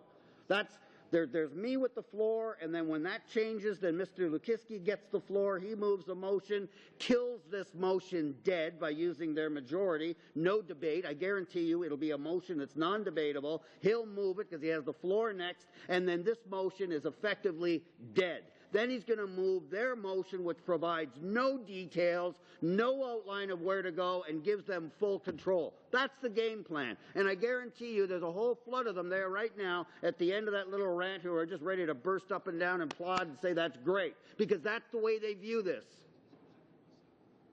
They view this as an end game. And the end game is they get to keep power no matter what. Point of order, relevancy. I have to agree with you on that, Mr. Lukiski, but he started through his own motion before he got to yours, so I'll let him go. Thanks, Chair, and I won't stay long on that. I know I can't, but thank you. I do appreciate that. I do think it's fair to acknowledge to everybody what's going on here and what the expected steps are. And if I'm wrong, fine. We'll watch how things unfold. If I owe somebody an apology, just point me in the direction and I will do it. But I doubt that's going to happen. That's exactly what they're going to do. And then they're going to try and keep us here as long as they can on their motion so that by the time this committee rises, they've got the motion they want that rams this through the committee the way they want, just the way they rammed it through the House. And when they rammed it through the House, they said the reason it had to come to committee was because that's where the real work happens. Yeah. And it would have effectively killed any possibility for any Canadian to penetrate the Ottawa security bubble to have their Point of order, say. Chair, relevancy. We know his opinion of us and what's happening, but let's talk to his motion, please. Agree. Let's go to the motion. Thank you, Chair. The motion is here to provide, hopefully, an antidote to that. But that's where we're heading. Anybody who's watching this should do up their seatbelt, because my motion, the first chance this government gets, is going to disappear. The next speaker is on my bill, on my motion. I have the floor now. The next speaker is the parliamentary secretary to the government House leader. He will move a motion that allows him to use the tyranny of the majority to shut us down. Once again, Chair, relevancy. I thought we were talking about Mr. Christopherson's motion, not mine. I am, and I'm talking about how this government's going to kill it. I am entirely relevant. When I start talking about yours, I get on thin ice. Fair enough, but I said that. But I'm talking about my motion and what this government intends to do using their majority. They're going to run over it. Thank you. But when there's a point of order, I answer it. You did a great job of answering it, but as the chair, I get to do that. Well, believe me, the last thing I want to do is jump in when I don't have to. I apologize. Please, carry on, sir. So I'm going to tell you to carry on now. I'm just pointing out to you that I get to play that role. Yes, you do. It was purely a mistake. I wasn't challenging your authority. I wouldn't do that. Well, I might respectfully if I was making a counterpoint, but I would not show blatant disrespect like that. I think we can find a record of that, Mr. Christopherson. Well, that wasn't that bad. Come on, it cuts both ways. Let's be fair. Let's be fair. However, I do think, and I'll just give you a chance to tell me if I'm wrong, but it seems to me I am in order to at least speculate for less than a minute on what I think the government's about to do to my motion. That's all. That's all I was doing. It is. And I won't comment on the other. It rubs against relevance, but go ahead. Well, it's the procedure of but I hear your point, sir, and I will not mention that motion again other than to say that if that passes, that's the end game. They have total gripped control. They had it in the House. They said they would show democracy here in the committee. They haven't. People got to wake up to what's going on or this thing's going through. That's what's going to happen. They're going to get the floor. Are they going to actually engage in my motion? That's not going to happen. Relevancy again. I mean, Mr. Christopherson just said he wanted to speak for a moment. I think it's been closer to 5 or 6 minutes. Not on his motion, but what he suspects will happen after he gives up the floor. On the point of order. Sure. On that one? Yes. This is unprecedented in the history of Canada that a government would use its majority to try to shut down debate on a change to the fundamental rules of our democracy. That's what this is about. This is Point a of bill order, that Mr. would Chair. change I'm the sorry. fundamental rules of our Has Mr. democracy. Mulcair been sworn in? And yes, I have, Tom. Poor you. Just ask him. You weren't the last Well, one. he's the That's why I chair, you asked. see. He's the chair. So he just asked you before to show respect for the chair. Show respect for the chair. Let's keep it through the chair, and then we'll all be respectful, and that would be really As I was good. saying to on you, real reality, Monsieur as I was Mulcair, saying to let you, me finish, please. oh, I see. I thought you were giving me. I thought you had recognized me. No, in real reality, the member who you've sworn in for is still in the room, and so in fact, she's still recognized. I see. But I'll give you a very short finish to your point of order. Thank you. Well, I do appreciate your opening on that with regard to the difference between real reality that you just said and reality. So let's stay with that theme. The reality is this is the first time in the history of Canada that a government's tried to use its majority to shut down debate Thank you, Mr. on the Mulcair. Elections That Act. you're well And beyond you should the be point of ashamed order, to be so part of it. We'll move on to Mr. Christopherson and his speech on his motion. And I think I'm doing well, Chair. I went from impasse to motion and now speech, so I'm still in good books to that degree. Point of order, Chair. I thought I would. Guess I won't. Well, just, no, I mean, Mr. Mulcair was saying that he was sworn in, and of course you pointed out quite correctly that the person he was supposed to be replacing was still in the room, so then technically he was not allowed to speak. Am I correct on that? Now, I know the NDP has asked Madame Ladendresse to leave the room. that is the procedure, Mr. Lukiski, but we're not there now, so let's move on. So he was not in order when he was making his remarks. I'll go along with you on that. I might not have been in order, but I was right. I'm sure in your opinion you're always right, Tom. Yeah. Also, you know, Mr. Christopherson. Sorry, Mr. Martin, would you like to add your again, short dissertation to that same point of order? well, as a fellow chair, I would like clarification on the reasoning of Mr. Lukuski. Seems to have a lot to say about the rules of order as it pertains to parliamentary committees, but I've always been under the understanding that when someone is subbed in properly with a substitution sheet, etc., as long as that person is backed away from the table, they're allowed to continue to be in the room. Now, do you conduct your committee differently at Procedure and House Affairs, or I wonder if the clerk would clarify that for me for future reference, because I intend to speak on this motion. I'm on the list, and hope springs eternal that somewhere before dawn I will get an opportunity to speak on this motion. I need to know these rules too as we substitute further for personal breaks, etc. Mr. Martin, at your committee you have a clerk too who you could certainly ask all of that information. Yeah, but I won't be seeing her before him, actually, before I speak on this motion. So when it comes to substituting back you and may forth, have to ask David that. You may very Mr. well- Lukuski seems to know it all. I mean, he seems to be helping you to chair the meeting here. I mean, Tom, maybe I should be asking you. Isn't that true, that in most committees, if you sub somebody in, as long as the person is backed away from the table, it's the person that has the pink slip in their favor? I'll defer to the chair. Pat, come on now. You seem to know everything, Tom. Well, I know just a little bit more than you in this case, Pat. Yeah. Next elections. Excuse me, gentlemen, please, not across the table, perhaps through the chair. I don't really want it either, but through the chair is better. Mr. Martin, the chair to really chair with all truly due is if respect. someone is signed in and is still, but the member is still in the room, then they're the recognized member. However, any member at the table can speak if the committee allows them to and recognizes them. So there's a couple different ways members can speak at the table. Those are the two. This is a In the televised- case we're at, It is a I've given you why televised. I've made my ruling. It's a televised meeting. I don't want to let the permanent record stand that Tom Lukuski says that the leader of my party was out of order in the intervention that he made. Will you agree that Mr. Mulcair was in fact in order in participating in the point of order that Tom put forward? You in fact recognized him. Mr. Martin, I'm not certain whether I care whether you like what I've said or not said. No, I didn't say I didn't like it. I didn't say I didn't like it. I said I want you to rule on whether or not This is a lot it was like in order or not. one of your predecessors sitting there. I think when I start to give a ruling, you should at least give the respect of the chair and let me finish speaking. If that's what you're intending to do, by all means, take your time. Well, I've told you what the position is when a member can speak in this room, and I've given you those positions. And so carrying on with Mr. Christopherson The point that I'm not satisfied with, Mr. Chairman, is that I don't want the permanent record to show, as Lakuski alleges, that the leader of my party was out of order when he participated in the point of order put forward by Tom Lakuski. Was he or was he not in order? You know, this is a televised meeting with a permanent record associated with it. We're not in camera.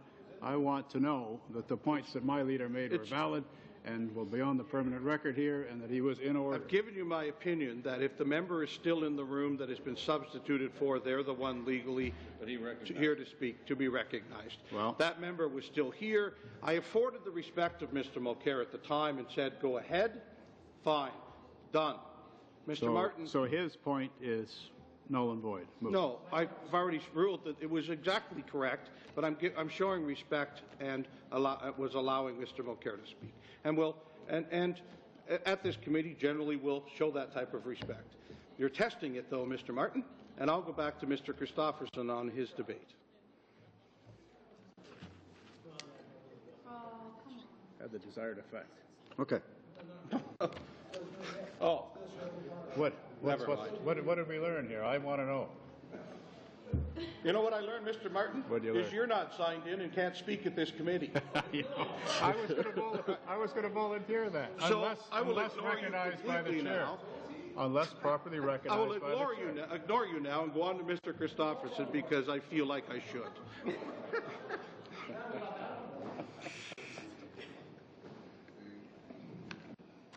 I knew I wasn't. It's better when he's invisible. But go ahead, Mr. Christopherson. That's not nice. Oh, well. Right behind you. All right. I will. So, I've been pointing out different aspects of my arguments in support of my motion. Specifically, I've broken it down into the three main components of my motion. It's a little too soon for me to read it again. Yeah.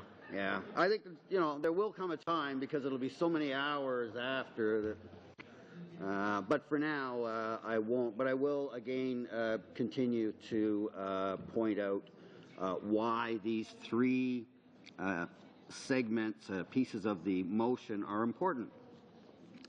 And if I might, and just go back a bit, and I think if you could bear with me, Chair, I think you'll be comfortable with why.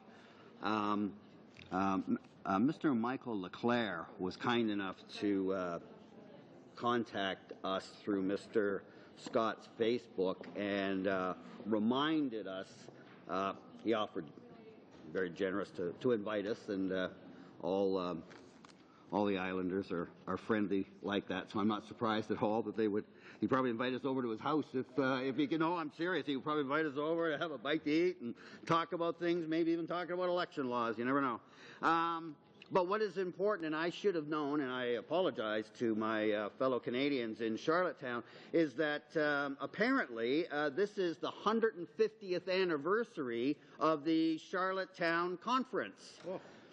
And I can't think of a better way to celebrate that than to have this committee arrive during the 150th celebration of the Charlottetown Conference, laid the foundation for our nation, and to be there to talk about and hopefully improve our election laws. So, I mean, you know, there's a number of spots across Canada that can claim some ownership, some ownership to part of our founding, but those of us that have been lucky enough to be in Charlottetown and to experience everything there is to see there historically, it is very moving. It's not very big. Everything's kind of, it's not, you know, small, but the importance to Canadians is monumental. And in recognizing that significant accomplishment in Charlottetown and the conference 150 years ago, I would just like to go back to my point and add to it about how Charlottetown would be an ideal, and there may be some other places too across Canada that are celebrating certain aspects of Canadiana that would allow us to not only do good work, not only improve our elections law, not only listen to Canadians, but we could be there to help support and celebrate the history of our great country. So there's so many things that could come benefit-wise from us actually making the decision to get out of the bubble here and to listen to people. Now, I haven't had a chance yet to mention how cool it would be to go to Winnipeg. Love Winnipeg. Very cool place to be. Christopherson, we have bells. Oh. So we will suspend till we reconvene after the bells. Just about to get good. At 268 Got to the best part. La Promenade. The best part. We suspend. What did he say?